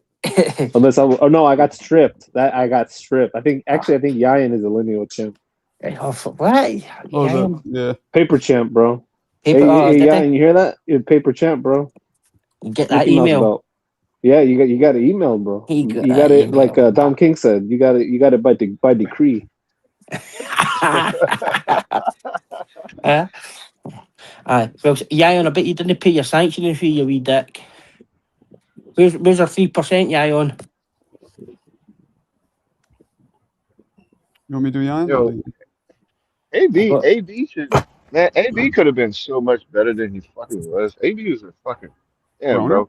I always think about that Sean Porter fight, and I just be like, bro, why didn't you fucking fight? Like, look what you did in the last round or 2. Why weren't you, bro? Why didn't you, bro? AB was on a fucking TikTok live yesterday with Ab Judah. Oh my god. Broner was? About Tank? Or was it completely different? So he was on it, and you could go up and ask him questions, right? So, like, I think last week I was on it. I went up and asked Zab. I was like, how good was Costas' power? And he just kicked me straight off, right? And then I went out yesterday, and somebody asked Broner. It goes to Broner. What do you think of this thing with Tank? Do you think this will hurt his reputation? And Broner says, it'll only enhance it. He'll be more famous when he comes out. But Broner was pretty straightforward, answering all the questions. Even the shitty ones he was getting, he was like, nah, I'll answer anything, eh? But it was Broner, Corey Spinks, Zab. I can't think who else was on it, but And he might be right though, because look what happened to Mike Tyson. It's not like people hated Mike Tyson after he went to jail. They thought it was cool and shit. Like, or they were invested in his redemption story. You know what I mean? Like they wanted him to bounce back and shit. So maybe Tank does come back. And you know what it is. Hoes lie. Didn't believe all hoes. Hey, shout out to CJ. Where's CJ at, bro? He wasn't here last night. He's not here today. I know, right? What's going on, Marco? I don't think he's seen my finger pointing down at his thing saying hates homeless white people. I don't know. Maybe he's racist. Who knows? Yeah. No. CJam, where you at, CJam? We got the loudest mic in the boxing YouTube How'd community. they- About to come in. How'd Who's the they, loudest mic? HLD? Who got the loudest mic in the community? I'm about to Who? Alberto. Who? No, the Alberto. loudest mic. Shelton or Alberto. There you go.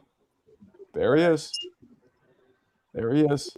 I was in a panel with Fun Truck and HLD this morning. What panel? Fun Truck's live. That's fucked up. HLD's not coming in here and Fun Truck's not coming in here. Some bullshit. Wait, what the fuck? What are them? I didn't get a fucking notification. Hey, you got to check your notifications, Fun Truck. Make sure you send that They don't out, like bro. you, I didn't bro. even see that. They don't want would've you to hopped be on. outside. They don't like you. I They got don't like you, bro. They don't like you, bro. They were the HUD, a video of a Showbiz, right? Showbiz breaking down how Tank said a few years ago, Shakur doesn't move back the way, he jumps back the way. And they're like, we've been saying this all along. And I'm like, do you not think trainers have looked at that before? And they still can't hit him. And the two of them are they're tail deep. In Shakur's defense, I just saw it, Marco. Yeah, he hasn't Shakur's done that been in a working couple on of a lot of fights. stuff, I though. just saw Y'all that noticed on Boxing Shakur's been Scene. showing a lot of different things in different fights. If y'all remember that Yoshino fight, he showed something different, and it's a pay to fight. He showed a hell of a lot, and people weren't really paying attention because it happened so fast, and they're just like, "Oh, it looked great," but they weren't paying attention to what he was doing and how he was setting up some of those shots. So I think Listen, you Payton can't wasn't look very back good, at though. you can't look back at 2 years ago and say, "Oh, that's Shakur." But what Tio is doing is making Shakur think. That's what he is doing. Because I don't think he can outthink him in the ring, but he's showing I can think. I can make you think. And maybe that's getting to Shakur like maybe okay, maybe I'm gonna have to be a little bit more cautious than I wanted to be. And that's really all you need, just like Marco says, that split second of hesitation that you know what I mean, to make you think a little bit more. He gonna Because I be think scared. Tio knows he probably can't outthink him, but out he can probably outmove him in a spot to trap him and hurt him. And Tio, I like what Tio's doing mentally. I haven't seen this side of Tio before, and he's playing a very good strategic game with Shakur as far as mentally. I wasn't picking up on it before, but now I'm kind of picking up on it, and I think he's playing off of Shakur's passion and hunger because Tio feels like I've already been here. So he's kind of like trying to little boy Shakur, like, yeah, okay, it's your mental. It's not my mental. I've been here. This ain't nothing. You're the kid. You're the new kid. Okay, you can be the tough guy. You can be whatever you want to be, Shakur. You just not going. And I think that's like that is so smart, bro, because that's not Tio. I'll be honest with you. I don't think Tio. It ain't gonna help him one bit. He's still gonna get his ass kicked. Ain't gonna help him one bit. Like I don't think Tio's got the competent cognitive thoughts to mind or outthink people. I don't think he's even meaning to play mind games because I don't think he's even got the intelligence to do it. I think he just says shit to be funny. Yeah, that's true. I'm just glad that he didn't do the Ryan Garcia and go crazy and like do the crazy racist shit. You know what I mean? But that's what everyone expects him to do. He left that's all what that everyone stuff out of expects him this. to do. Yeah. He's playing it very calm and trying to keep things close, which is that's smart. No, if you think about it, that's smart. Not give away and keep his. Go ahead, man. He did have a go at the racist stuff before, didn't he? Before, but that was before. Exactly. That's how you get them all riled up, and now you're face to face, and now you're not giving them any of that. And Shakur's like, "Where's that? Yo, I want that." Shakur going on the Breakfast Club saying, "Oh, he's not racist, bro. It's just it's promotion. It's just the game." like defending him and stuff. I'm like, hey, if he's gonna rehab his image for him, okay, why not? I guess. He's onto the gay stuff now, isn't he? The gay jokes. Hey, Like, Marco, what did did you he see say? boxing scene today? Huh? Did you see boxing scene today? No. Shiraz took the WBO route. He's fighting Pacheco. They're going to purse bid on the 19th. Oh, they already put out the flyer, so they already got See, the flyer out. that's a strange thing because his manager's very adamant that he's going to go the WBC route, but Frank Warren wants to go the Yeah. WBO. It's Because I think he thinks Pacheco's an easier fight. possibly. I think Pacheco is just the hotter name right now. I Why? think he's just a hotter name. Why would he be a hotter name? Now, how's he a Hey, hot man, name we after should- that ass kicking he just took? He just took an ass whooping 2 weeks ago. I think And it's. then Billy, what did then Billy do? I think So I it's think down it's just a to. And hotter Billy name. fought to a draw. And Billy fought to a draw. People thought that Billy won the fight. And no one Like, remembers it. I think it was. Nah, come on, Blanky. Nobody When would you remember remember Pacheco that? either. All I remember is him getting his ass kicked and dropped it and crawling on his belly. That's all I remember. I think it's the day with splits because if we went to purse bid with and Billy being an interim champ, I'm sure then Billy would get 75. 25 where Yeah. the WBO will be 50 and 50 is. There you Oh, go. y'all There think you it's go, Mick. Y'all See, think you it's a thinking, purse Mick. thing? Y'all think it's a purse? Of course it is. It's always a money thing. It's boxing. That could be the only reason why, but like it's strange for like the manager and the matchmaker to come out and say he's going to go the WBC route, and like everything that Shiraz has ever retweeted or tweeted on his timeline's always been the WBC. He's never actually been a WBO kind of guy, but. Well, we Maybe know I this think- about Shiraz. It sounds like Shiraz is in charge over there, right?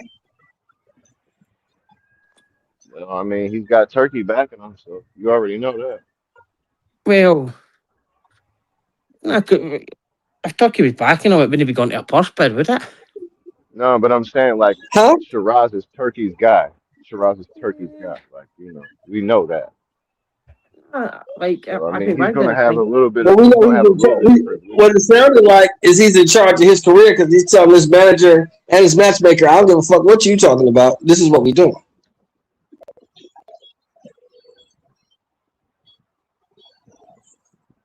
Yeah, I don't know. I like it. I think They also Pacheco's seem an to be easier put- fight. They also seem to be putting on like, but they also seem to be putting on like multiple fight, like setting up multiple fights. So like, okay, you fight this guy, you got 2 more fights, but let's say you got 3 fights, but this guy for sure you're gonna fight him. So maybe it's one of those kind of things. All right, we will let you fight him, but next fight you definitely fight this guy. So It could be the one of those.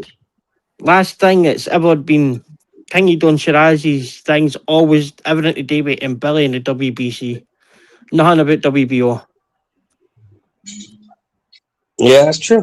That's what I thought he was going to do. But you know, But that's what I saying get for that- thinking. You know. Saying that Frank's a WBO kind of guy, isn't he? Who, Frank who? Frank Warren. He's his promoter. Yeah, Frank Warren, yeah. Frank Warren been associated with WBO for a while, yeah. Him and Also- Bob. Also, if he wins, he gets to beat up another. He gets another one on Matchroom. There you go. Put another one on the fucking board for Queensberry. Oh yeah, I forgot all about that, bro. I forgot all yeah, about they're that killing shit. his own over It's the there. I Queensberry. mean, Frank's got all that. Frank's got all the heavyweights for real. Frank's making a big mistake by cancelling that card next week, man. Like back Well, to how the you gonna days. tell Frank what to do? Frank been Nah. doing this shit for 50 years. How you gonna tell Frank what to do, man? Nah, like you'll not remember like 10 years ago when Frank was like nearly out of business because he was doing this same shit, taking ticket money, getting close to the fight and cancelling fights. Like that was Frank. That was a Frank Warren special, man. Like I know for a fact that what he done with Ricky Burns was. Remember But the Mexican, it was the 135 champ. What's he, Velasquez? Miguel Velasquez? Yeah. So Frank put the fight out, taking all the ticket money. A week before the fight, Velasquez is like, Vasquez, he was like, nah, there isn't even a bout agreement. We've even signed nothing. There isn't even a fight. Like, man, Frank was fucking bad for that shit. Cancelling fights all the time. Now that is Hey, insane. Nick, is Frank connected over there? Is Frank connected over there?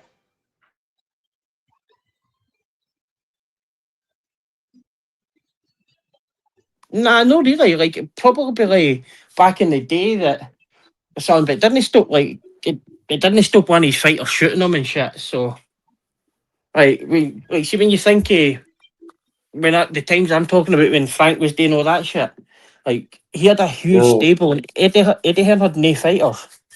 So like, they all left. They all left. Can, Brook, Burns, Kevin Mitchell, DeGale, Groves, Billy Joe Saunders, David Hay, Tyson Fury, like loads. Everyone that was nearly a world champ became a world champion. He let go of. Well, they all left him. Tony Bellew, I know. Carol Froch. I know Barry Hearn just came from money, right? I think the both of them were probably dodgy back in their day, but they would be. They've been nobody's kind of now, yeah.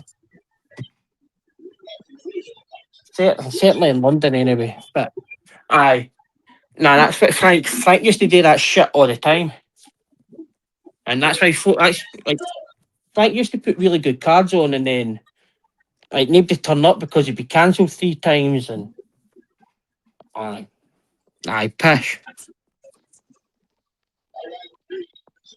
You think we're gonna get Altama versus Wardley, Mick? No. We've seen Dubois do it before. No. You'll not get that. You'll not get that fight. They two will not fight each other. They're in the same gym. They're in the same camp. They will not fight each other.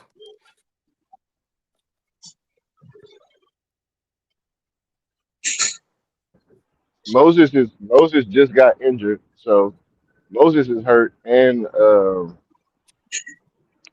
Wardley's supposedly might be next up for Usyk. So that fight's definitely not happening anytime soon.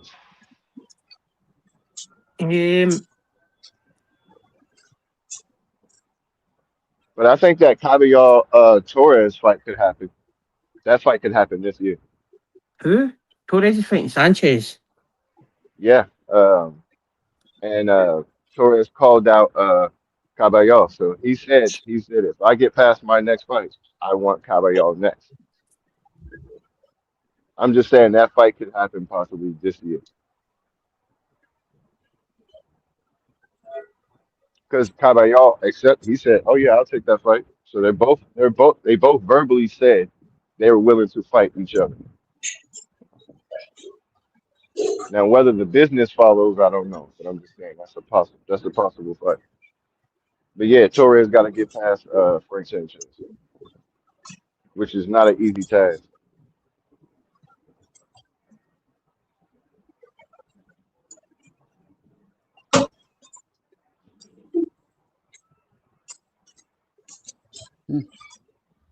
But if Torres stops Frank Sanchez, I'd love to see that Torres Caballero fight next. Won't happen, bro. Won't happen. Sanchez is finito, I think. What, you don't think Torres beats? What'd you say? What'd you say? Hold on, Marco. What'd you say? Hey, don't Frank. What'd you say? Sanchez is finito. Damn. You think Torres is going to stop him? I don't know about stop him. I think he's going to beat him. Frank's only 50 years old, man. Frank's still young. Right.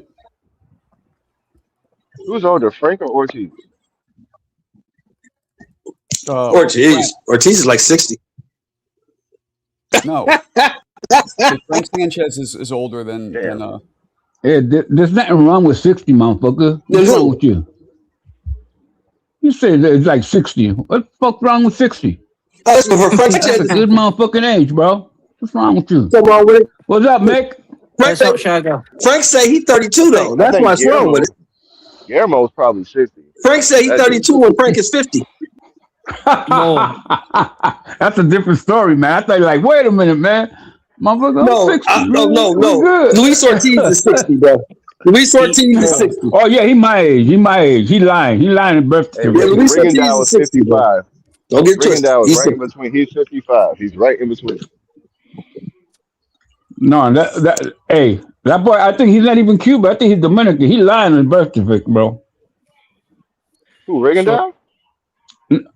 Another one. He might be Dominican, man. Dominican be lying in that shit, bro. Man, Rigondeaux was all done what he was, definite.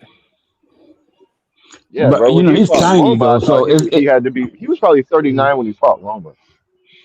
Yeah, I mean, listen. I think he fought in like nine Olympic games or some shit like that. He got the record for the most Olympic fights, bro. Man, Rigondeaux does. Rigondeaux, like people like shot in his style, but like that guy was breaking jaws. You gonna put a couple of dollars on? You gonna put a couple of dollars on Torres? Yeah, Mo, see in the back chat. You gonna put a couple of dollars on Torres, Marco? Torres and who? Nah, I don't bet. Torres and who? Torres is fighting Frank Sanchez. Frank Sanchez. I mean, is that written? That's set. Is that set? Yeah, it's set. Yeah, it's set. That's a good fight for Torres, bro. That's a good fight for Torres. Okay. I wanted him and Moses to meet up. So because they came out of the same Olympic Games. Mo, see in the back chat, I've put the 2 links for that Vasquez fight. Man, that's like Frank was terrible for that shit. For that shot. Man, Frank was dead and buried, man. Torres gonna get his ass whooped. I'd like to see Moses versus Tabeon. That's the fight I want to see. I think that's a hell of a Cabal's a tough motherfucker, though, and Cabal, yeah. No, man, I want because I think Moses and Torres are the same size. That's what I'm talking about. No, Moses they fight the same way. Moses is 6'6", bro. Moses is 6'6". Nah, he ain't that tall. He ain't that yeah, tall. He is. And plus, but I think listen, people don't underestimate Torres. Torres goes and search and he destroys, bro. And I like that style, bro. I like that style, bro. Torres, he seeks and destroys. Torres about to get his ass whooped. But he about to get his ass whooped. It hasn't happened yet, bro. Until it happens, then we can talk. But Deep Woods, this is the thing that bothers me, bro. Is that we shit on guys like Klitschko for like the jab and hug, but then we get a fighter like Torres who has an exciting style, and then we don't back him. Like, well, this is what you like. Why would a guy fight like that? But that's boxing, bro. We all listen. I tried it a million ways, like a big fucking can of spaghetti, bro.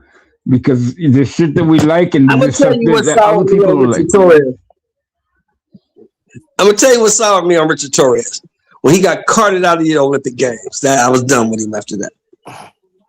Man, he that's amateurism, bro. That's the amateurism freaking status, bro. I mean, as a pro, he hasn't.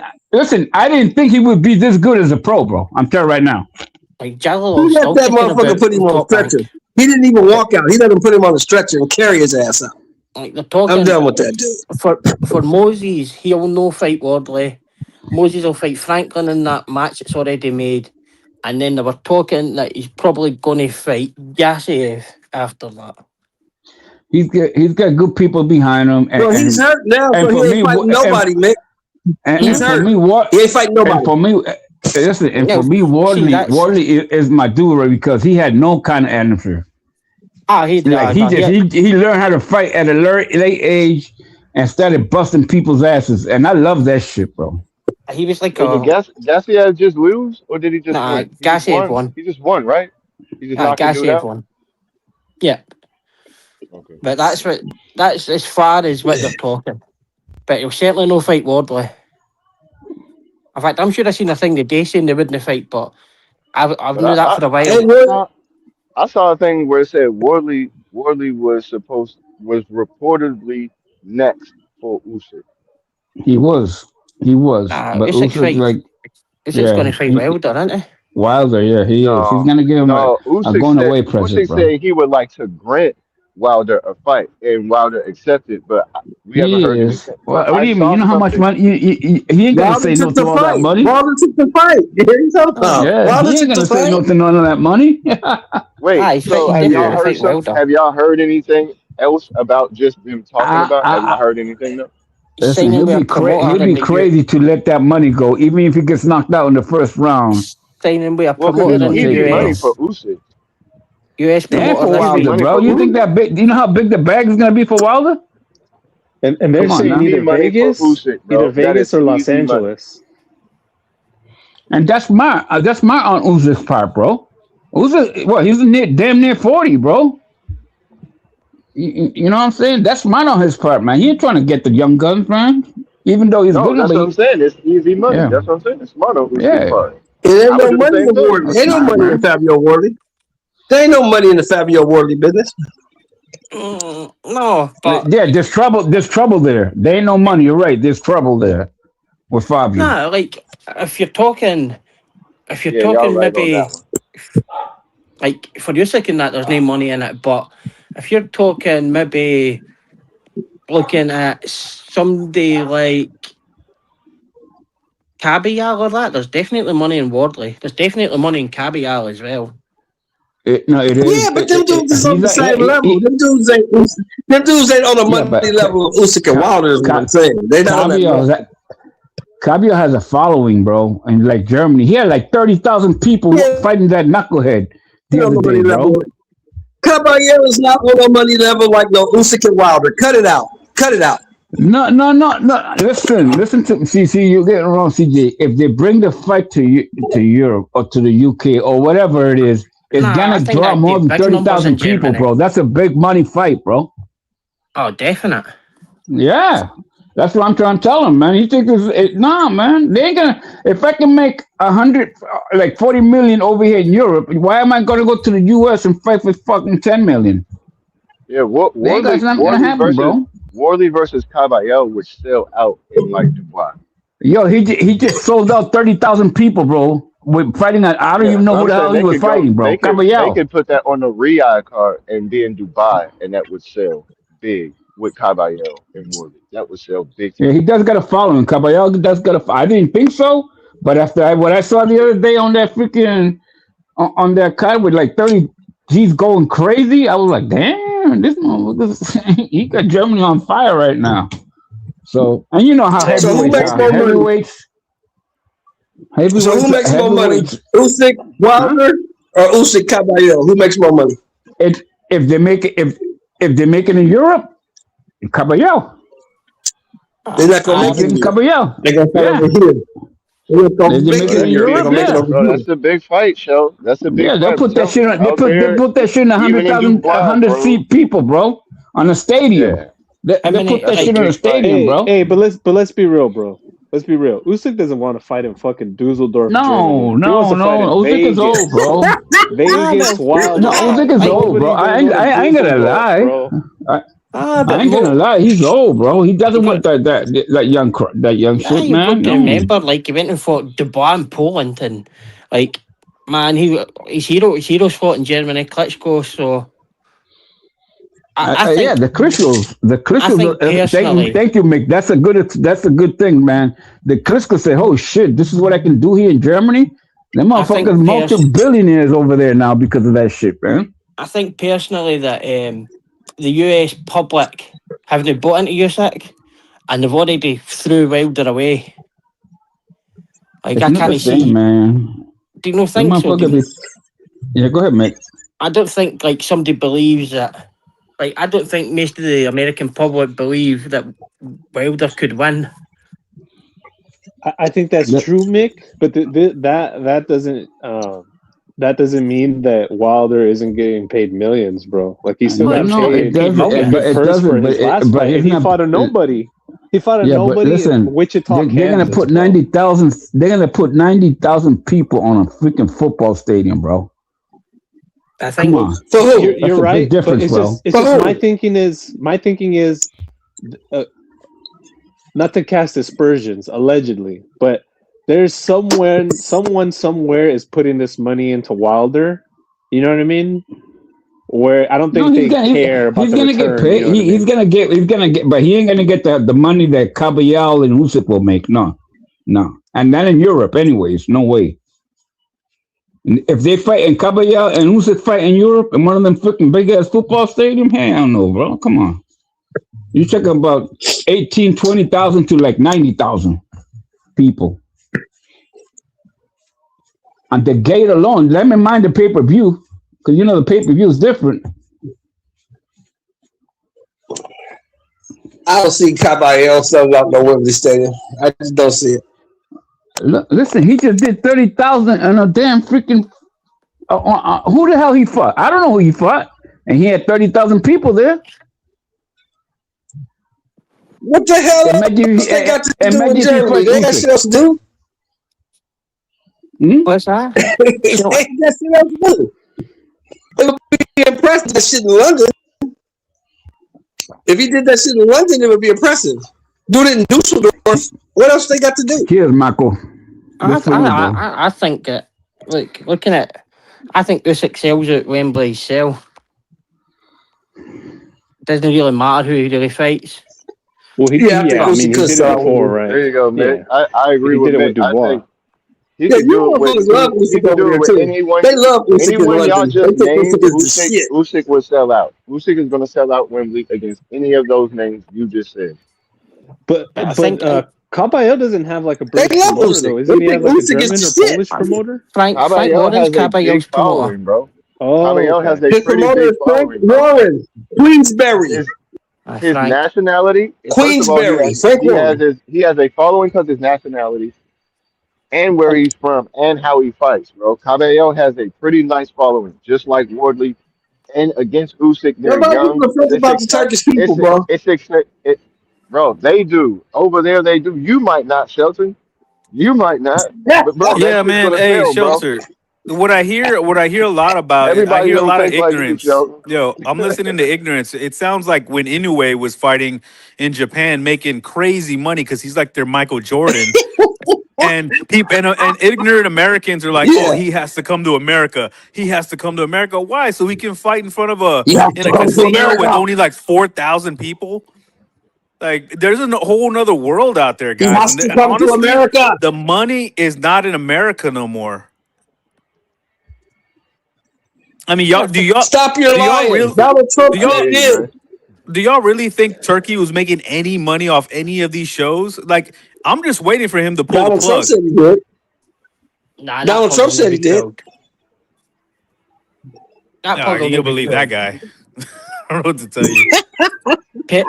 Personally, you'll see I'm Turkey just getting showing pulled y'all, before. man. Yeah, man. I mean, I'm just fucking with y'all. See, I made you pop on. but the I Wilder, fucked with you so hard, I made you pop on. Yeah, I get it, bro. That's funny, bro. But for real, man, I don't know. It's a weird fight. I think Usyk deserves it, and it's nice to see Wilder get a little payday on the way out. Because honestly, I like Wilder, bro. I think he was entertaining. Was he a hype job? Yes. Was he ever that good? No. But the PBC did a good job at making him this boogeyman. Remember the hardest puncher in American boxing history. Once he stepped up in class, he started losing. I mean, dropping Fury is not really a feather in the cap because everybody drops Fury. You can't take away what he did, man. No heavyweight champion in history has ever gone 42-0, knocking out everybody they've ever faced. I don't give a fuck. You can't take that away. Yeah, he was limited. He only had a right hand, but you can't take that away. That shit is still not easy. Matter of fact, forget about not easy, damn near impossible because nobody's ever done it. So I don't think it's because there's no Well, Marco, I have a question for you. He's like Baby Joe Messi. Look, he's like Baby Joe Messi. Whoa. Go and ask a question, Mo. So Marco, having said everything that you say, let's be real. Does Usyk beating Wilder do anything for Usyk's resume or legacy or anything? Later. Not now. No, not now. If this would have been pre-Fury, yes. Now Wilder has shown us numerous times that he's, what happened to Roy, what happened to Meldrick, he's no longer the same fighter. He was never that good, bro. He was never that good. Again, nobody's ever done what he did. So you could say he's never that good. Dude, there's guys on BoxRec that are undefeated, and we don't know who they are because champions. He was knocking out. He was a world champion. Dude. He was fighting all contenders. I don't care if the contenders weren't the greatest. That's not his fault. He fought whoever was around bro.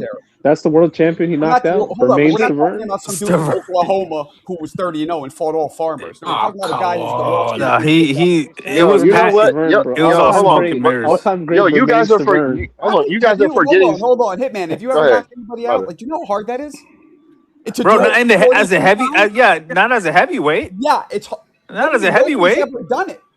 Nobody's ever done it. Dude, it's the most padded record we've seen. Somebody that nobody's ever, not Joe Louis, not Ali, not Foreman, not Liston. Oh God, you can't. Don't mention those guys with Wilder. Dude, it's a padded record. It's the most padded record I've ever seen in boxing. Word. The number of top 10 contenders are padded. Dude, well, in America, I mean, our heavyweights our heavyweight scene has been in the gutter. Of course, it's gonna look good. These guys with the time were ranked in the top 10. That's padded. I compare him to Clarissa Shields because that's how padded it is.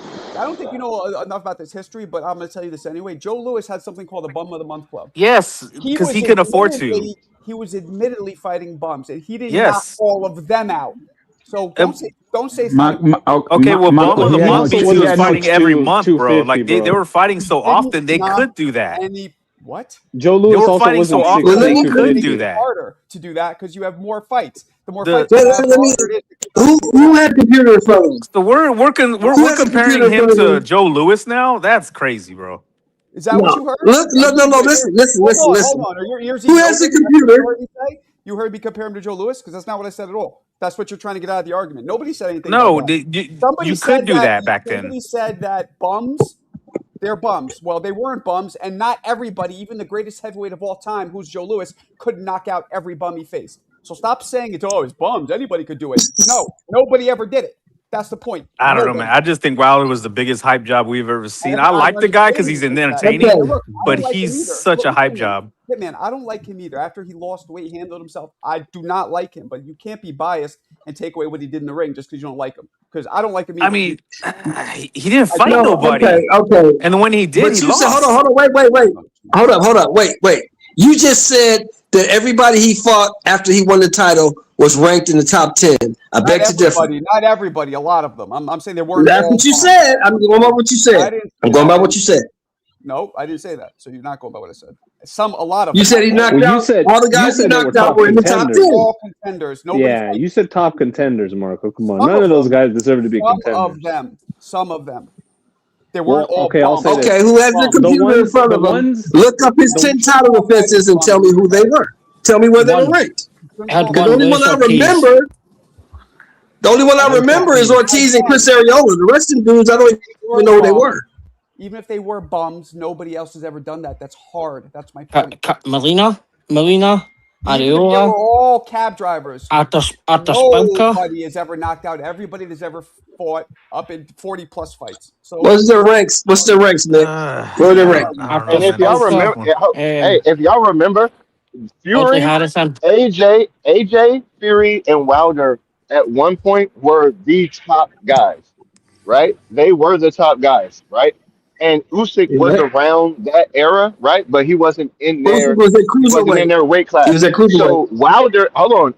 I'm gonna be done in a second. Wilder is the last of the big names of that era that Usyk can fight before he dips out. Because honestly, he doesn't have to fight the Caballeros or the Moses or any of those Warleys guys because he's honestly on his way out. He's proved everything. He really don't have to prove anything else.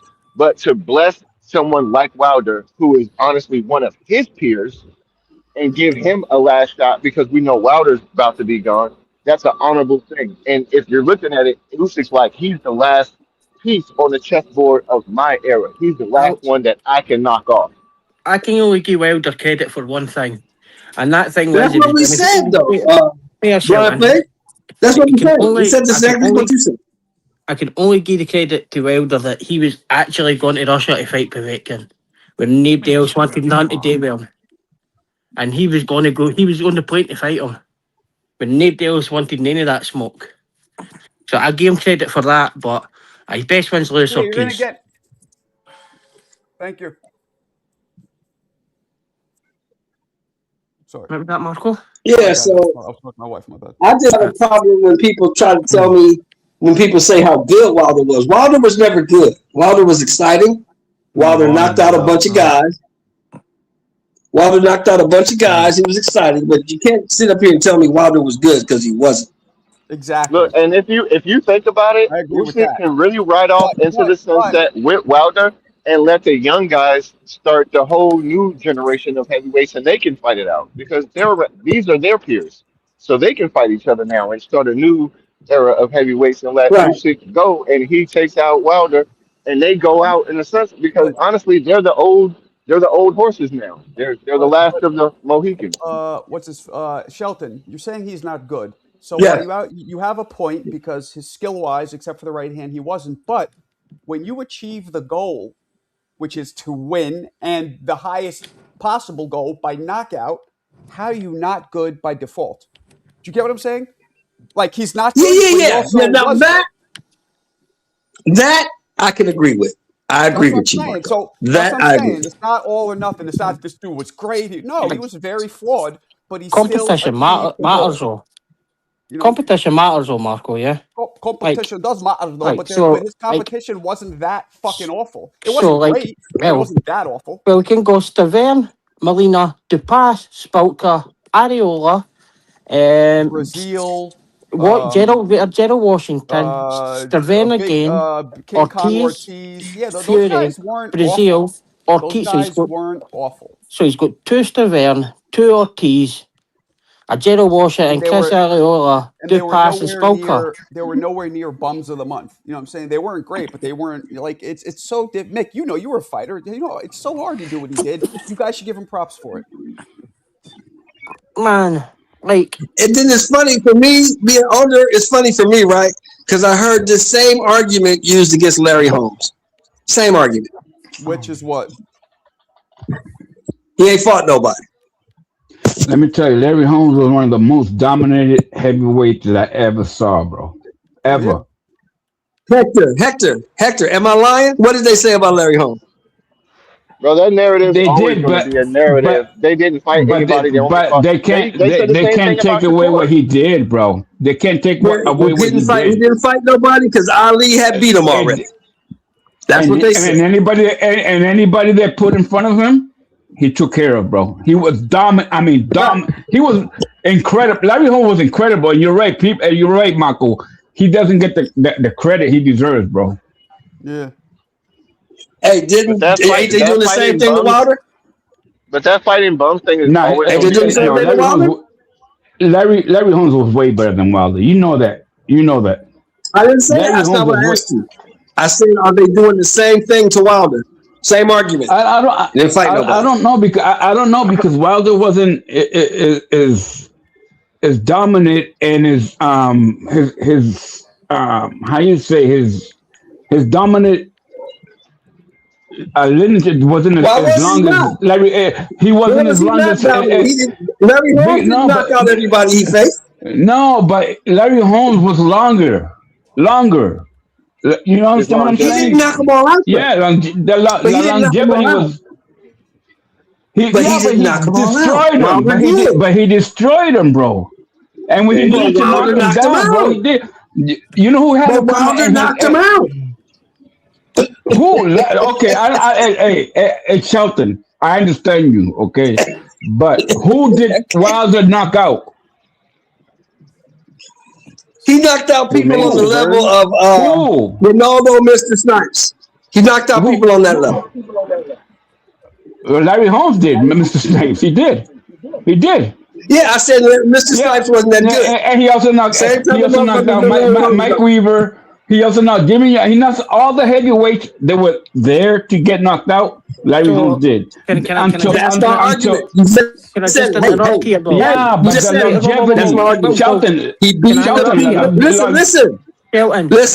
you? Go ahead, Marco, that's a fib you've told. because on what's his name, Deontay Wilder's 33rd fight, he got a unanimous decision against Bermane Stiverne, so he wasn't 42 and 42. No, I said. You know who Berman? Hold on. I said that he knocked out all 42 of his opponents, and he did knock them out. And you know who Berman? You know who Berman Stiverne was? So he knocked you know who Berman Stiverne was? A football player. A football player. No, but he didn't, Marco. I said he knocked out all of his opponents when he was 42-0. I know exactly what I said, and I did know that one went to a decision, but he knocked him out in the rematch. So how come 40-0-1 was Tyson Fury? A split decision. Draw. Maybe it was 41. Maybe I'm off by one, but the first, whatever it is before he fought Fury, all He knocked did, out. but before then, Stiverne wasn't a knockout. He knocked out everybody. He knocked him out in the rematch, Nick. He knocked him out in the rematch. Marco, was he better than Larry Holmes? What's that? Was he better than Larry Holmes? Are you? Come on, that's insulting. No, thank you. Nobody said that. What are you talking about? Larry Holmes is one of the. Nobody said that. Then why are we what we're arguing saying then? is, listen, because you're not listening. What we're saying is, they're using the same argument against Wilder that they used against Larry Holmes, that he hadn't fought anybody. That's all we're saying. No, I don't think so, because Larry Holmes' longevity was a lot longer than I've never heard anybody compare Deontay Wilder to Larry Holmes. Larry Holmes, I never heard. I mean, Larry Holmes, you kidding me, man? I think the point is that even if they were bums, at least he knocked them out. You know what I mean? He didn't fight him to decision. Oh, you're talking about knockout Rachel? Knockout Rachel? I mean, yeah. So if you want to, he did what you're supposed to do to a bum, right? He's talking about the narrative that he's saying he's never fought anybody. He fought bums, so it's easy to knock out. But he never fought anybody. He's saying they're using the same narrative over to discredit what he did. No, the same shit about Larry Holmes. It was bullshit. It's the same shit. All right. I mean, we all got choices, right? I don't think so. I don't think so, because of the longevity of the Larry Holmes. I'm just saying, that's not what I'm saying. What I said was they used the same narrative in the 80s against Larry Holmes that they're using in 2025 against Deontay Wilder. The same thing. He didn't fight anybody. But that's the narrative they use today.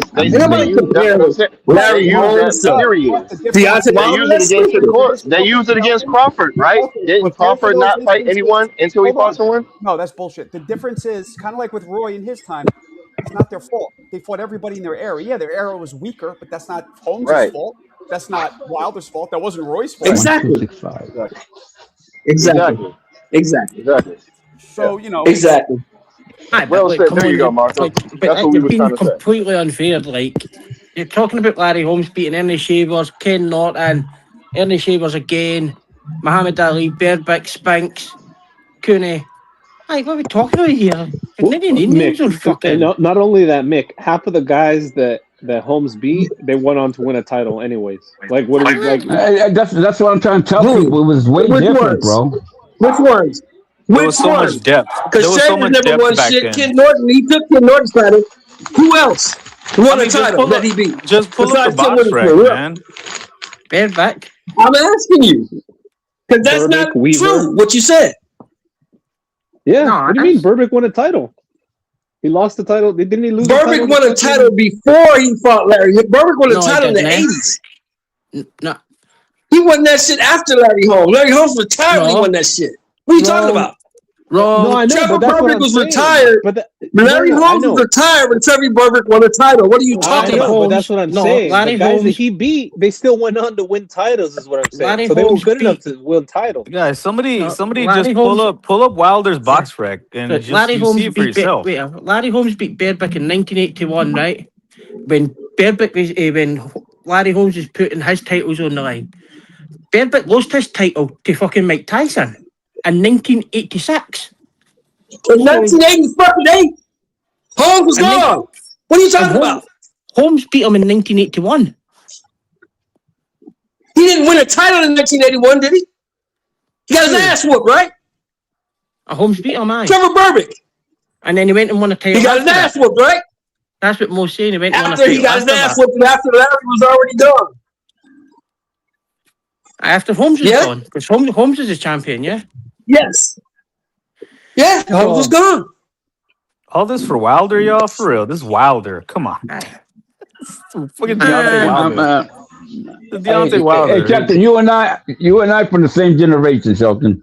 We shouldn't even be having this argument, bro. You can't. I mean, I'm hearing Wilder being compared to the '80s. I'm like, that's crazy.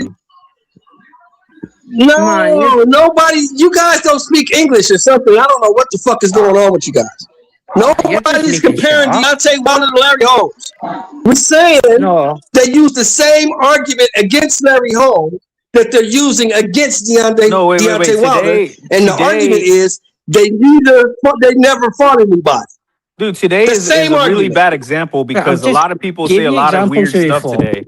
I mean, they said Triple G didn't fight nobody because he was avoided. They said Crawford didn't fight nobody. He was avoided. So a lot of things that quote unquote people say is crazy because today people say a lot of dumb shit because everybody has the Twitter, you know? Like we never said it wasn't crazy. What we saying is we're using the same argument. That's all we said. I can you say motherfuckers that went all to the left with it. If I want to make a point, look, if I want to make a point, I can say, "Oh, what they are saying," and that's kind of weak because I'm like, "Who's they?" Because there's a lot of people that say a lot of shit. So whenever people say, "Oh, they," looking flabby and sick. Come on, Burt Randolph should have said the narrative. it's just Like, art. they should have said Look at the American heavyweight. Look at the American heavyweight landscape today. We have nothing. Shelton, your argument doesn't even make sense. We have nothing today.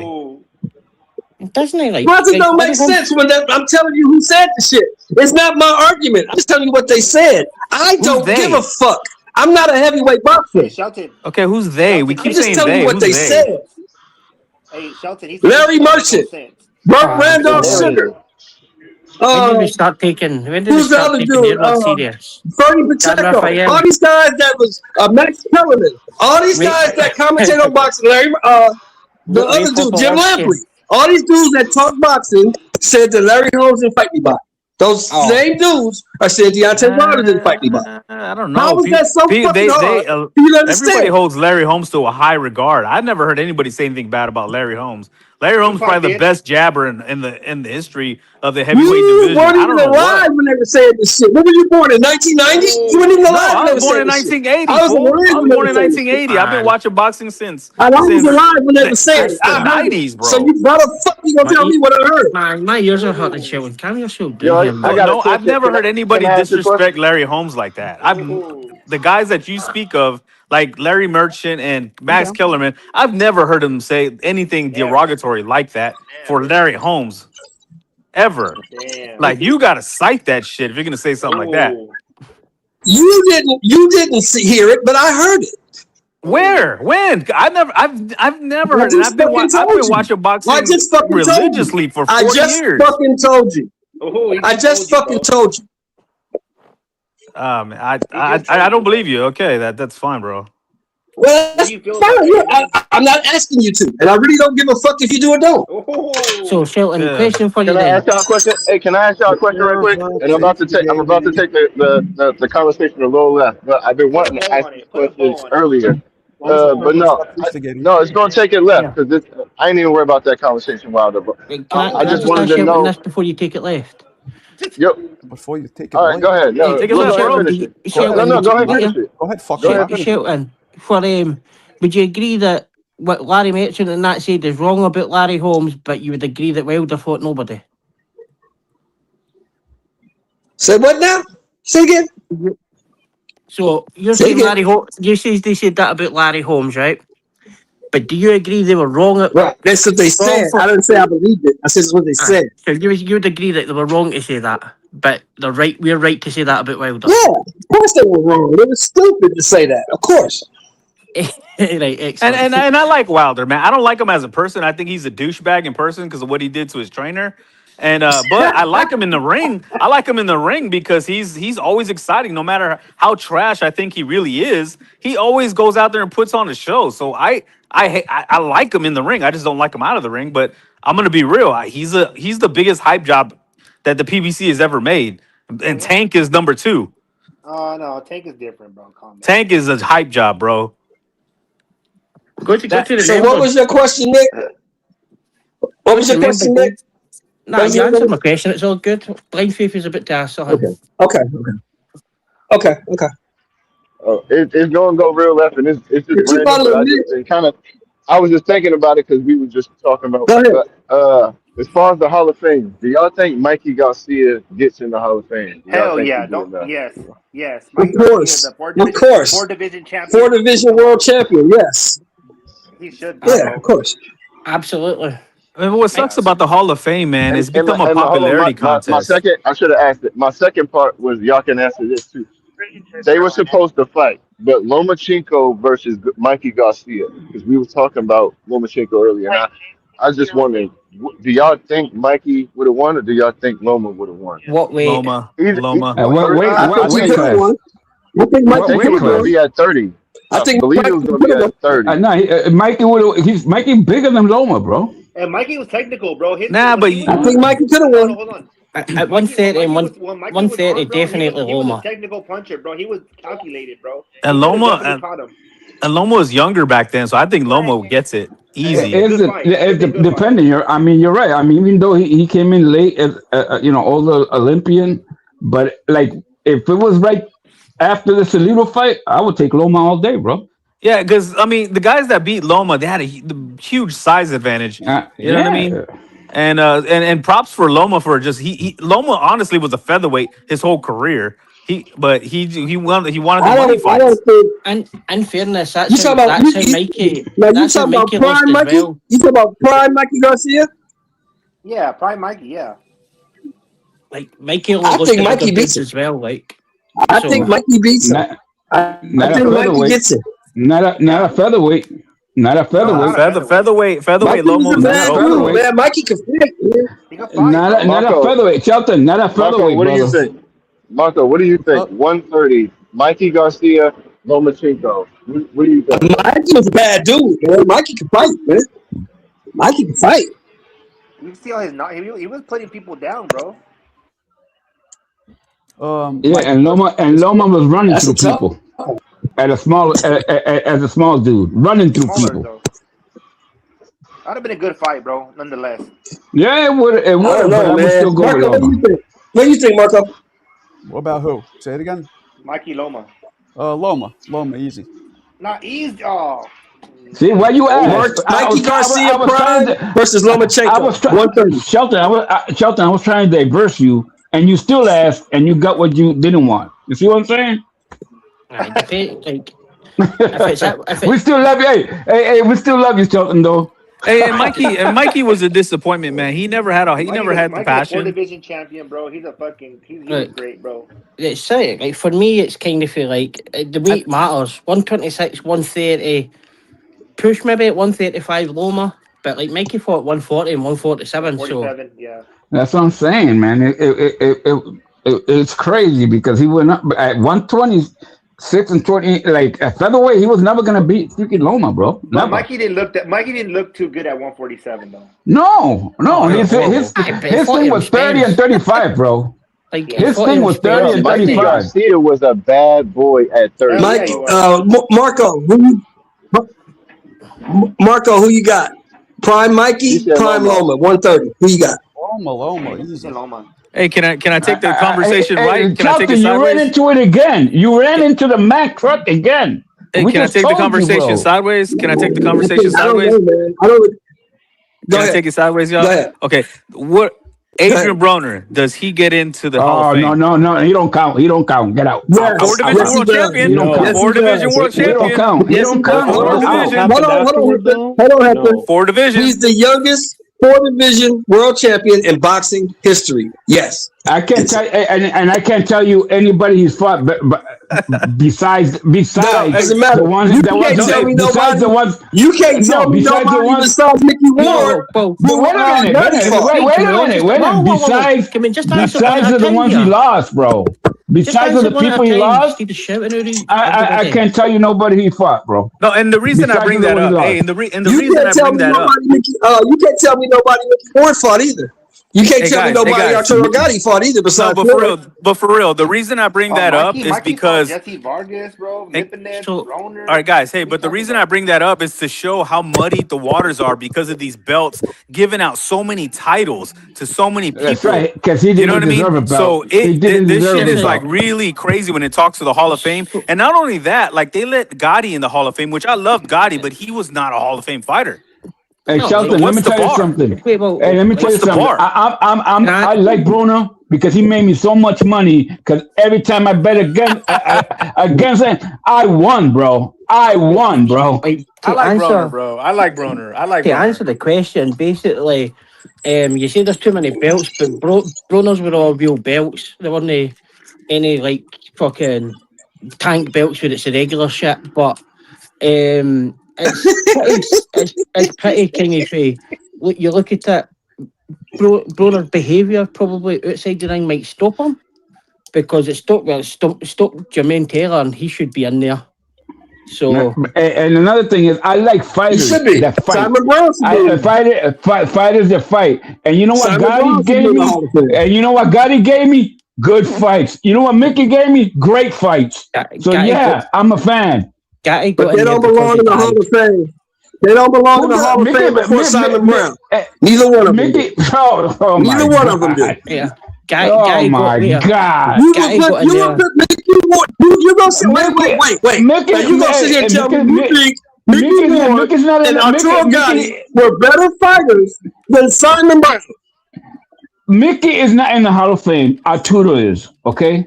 Gotti All got right? in because he And you died. know He's why in you the Hall talking of like Fame with that? Arturo You know, for that fucking fight. no, For that fucking no, fight. What are you he- talking about?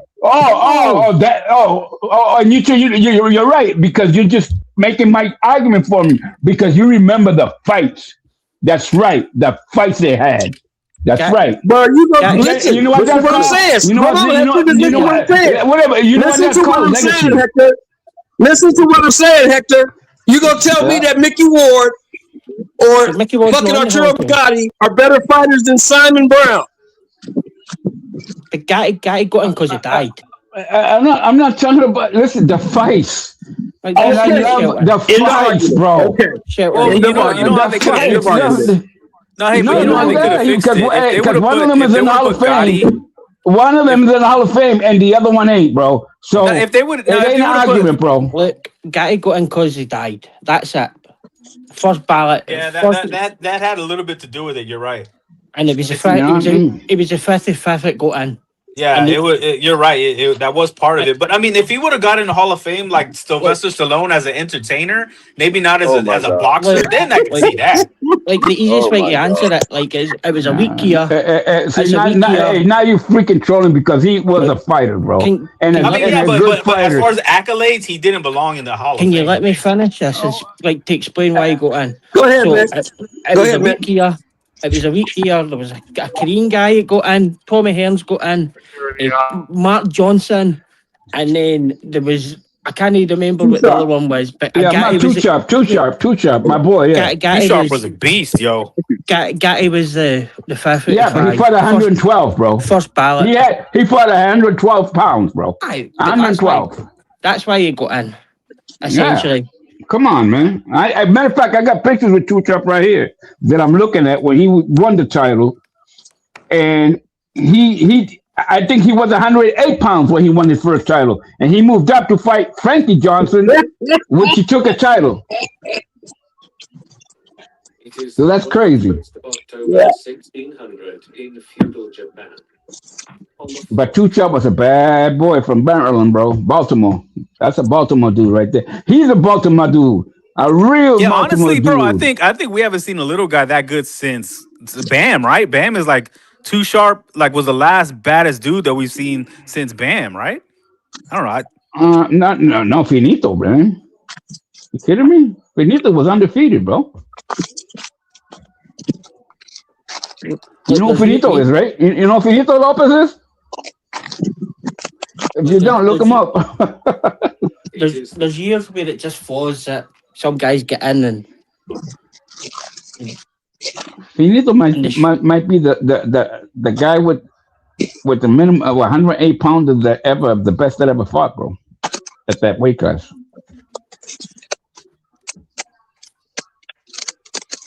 And so was Dick Flowers. Dick Flowers was a bad boy too. He was small. And I'm glad Michael Carbajal. Michael Carbajal. But like I don't like what's going on with the belts, man. There's too many vacant, and we know that the Top Rank has their alliances with the belt. The PBC had their alliances with the WBC. Yeah, but like all these guys got like their guys set up, and it's just yeah. I don't But know. the It's just difference that what's between going on, man. this It's just era, like the record books are being tainted, if you ask me. yeah, but the difference between this era and the era that I'm talking to you about is they were made to fight the champion. They had to.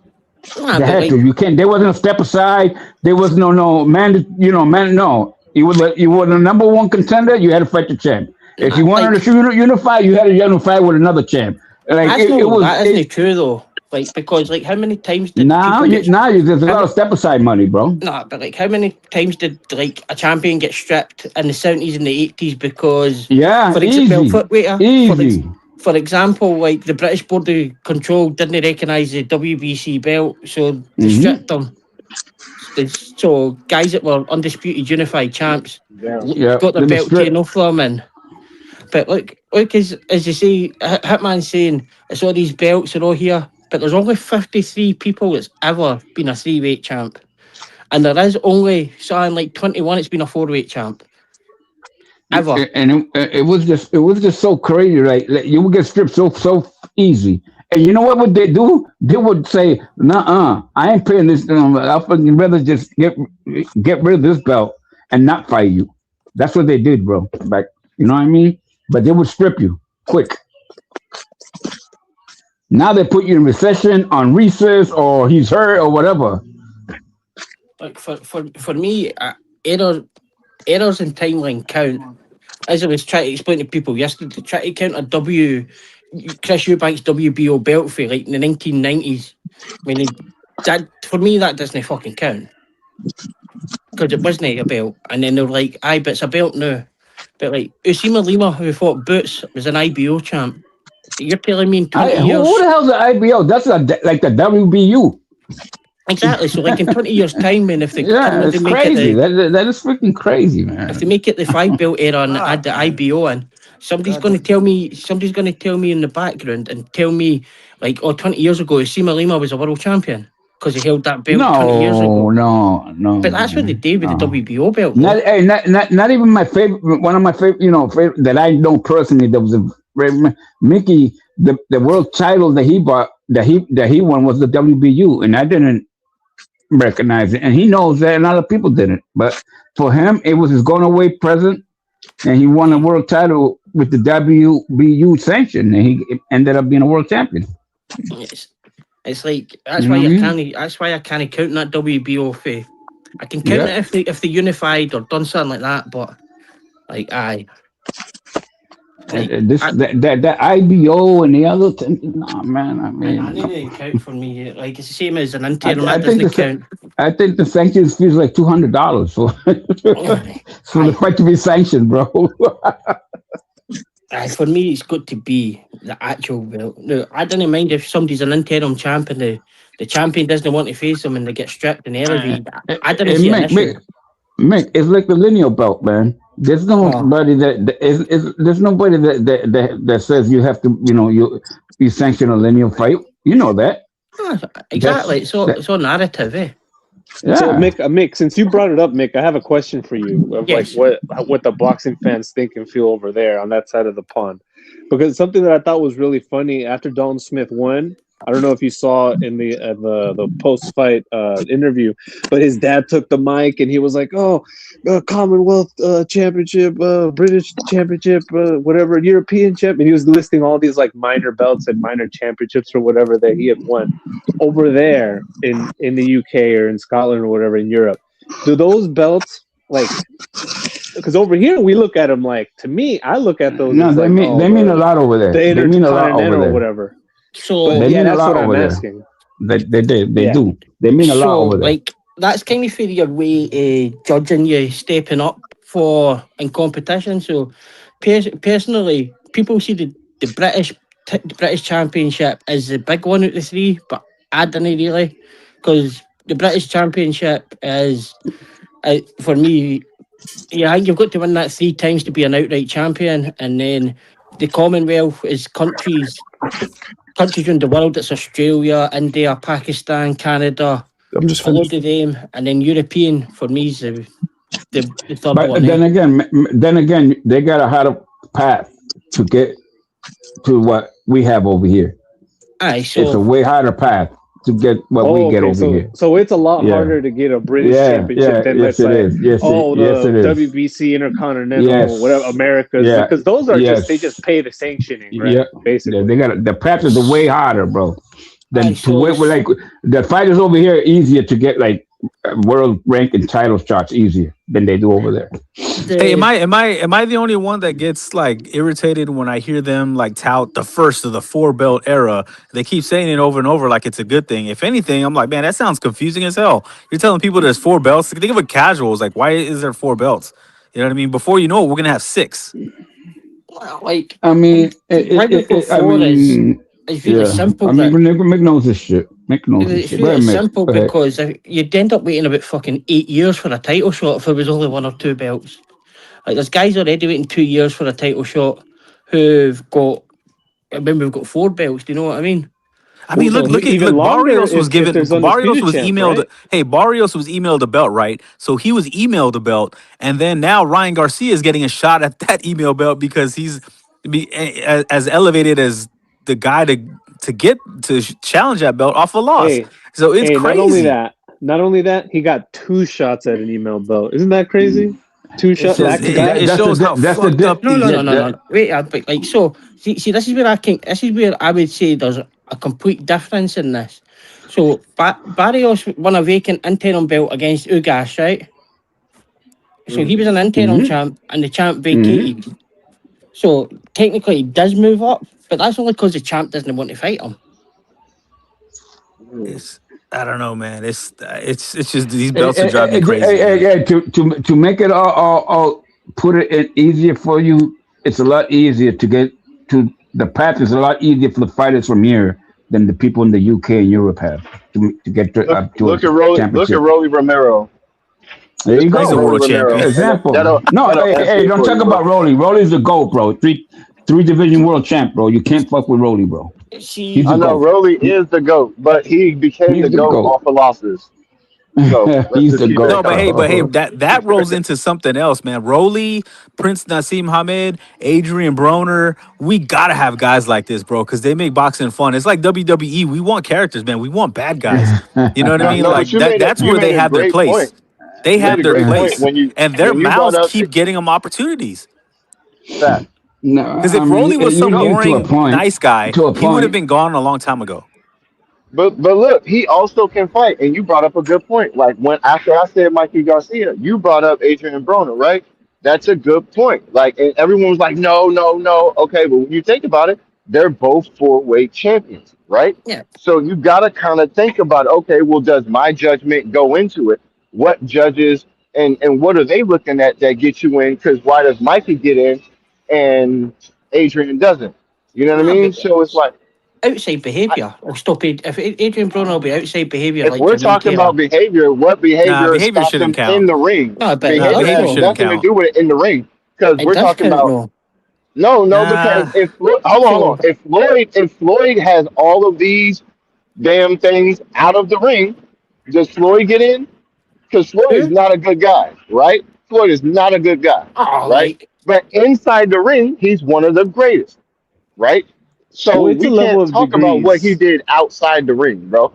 It's Yeah, a and level of degrees, though. So, Come on, yeah, I mean, like, unless the guy depends. committed murder, then I don't Exactly. see where it Like would Yeah. matter. Bernard Hopkins was in prison for what he True, did, but look how great he is. So does he true, not true. deserve to be in the Hall of Fame? Like, Yeah, it does. no, It shouldn't bro. matter the past life or personal life. That No, it shouldn't matters matter. what you But it did does, though. inside the ring. We're talking about It, fighters, it bro. clearly does, though, because you're talking. Yeah, I don't know, but that's where characters. If like Rolly's a character, Rolly moves the needle. He draws ratings because of his mouth. Right, So why do exactly. you think he was given these opportunities to win these titles? Because he moves the needle. So if you're a character, that can give you a shot at one of these vacant email titles or a weak vacant titles, a weak fight for a vacant title. So What do you it's count? What do you kind of count? muddy. Eubank Jr. But I like Eubank Jr., right? characters, What do man. you I mean, count? think What do about you how count? much people. Think How about how fun the What do you event count between Boots as? Broner and Maidana was because What of do you Broner. count Boots Like if as? Broner was some boring, like humble guy, how it wouldn't have been the same. What do you count Boots as? Do you count him as a Ring. champion, a lineal champion, an email champion? There he My is. audio's cut out again. C-Jam. Where you been, C-Jam? We haven't been live for almost 4 hours, C-Jam. Man, what's unfortunate, Nick, is that Ennis kind of fits all of those right now until he really kind of proves something. But he did fight for a belt and earned the belt. No, Man, Oscar's ducking, man. Oscar's No, ducking. It was And a I'm just vacant. It was a Whoa, vacant belt that was available.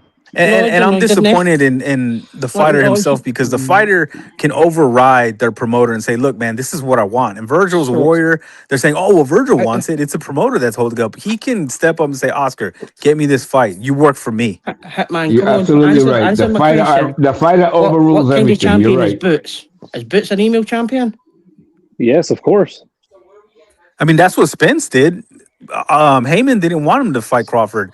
Crawford had to call him one-on-one, on a cell phone to talk him into it. And then that's when Spence was like, okay, he called his boss. I'm like, all right, man, I need this fight. He's like, all right, man, if that's what you want, that's not what we want, but if that's what you want.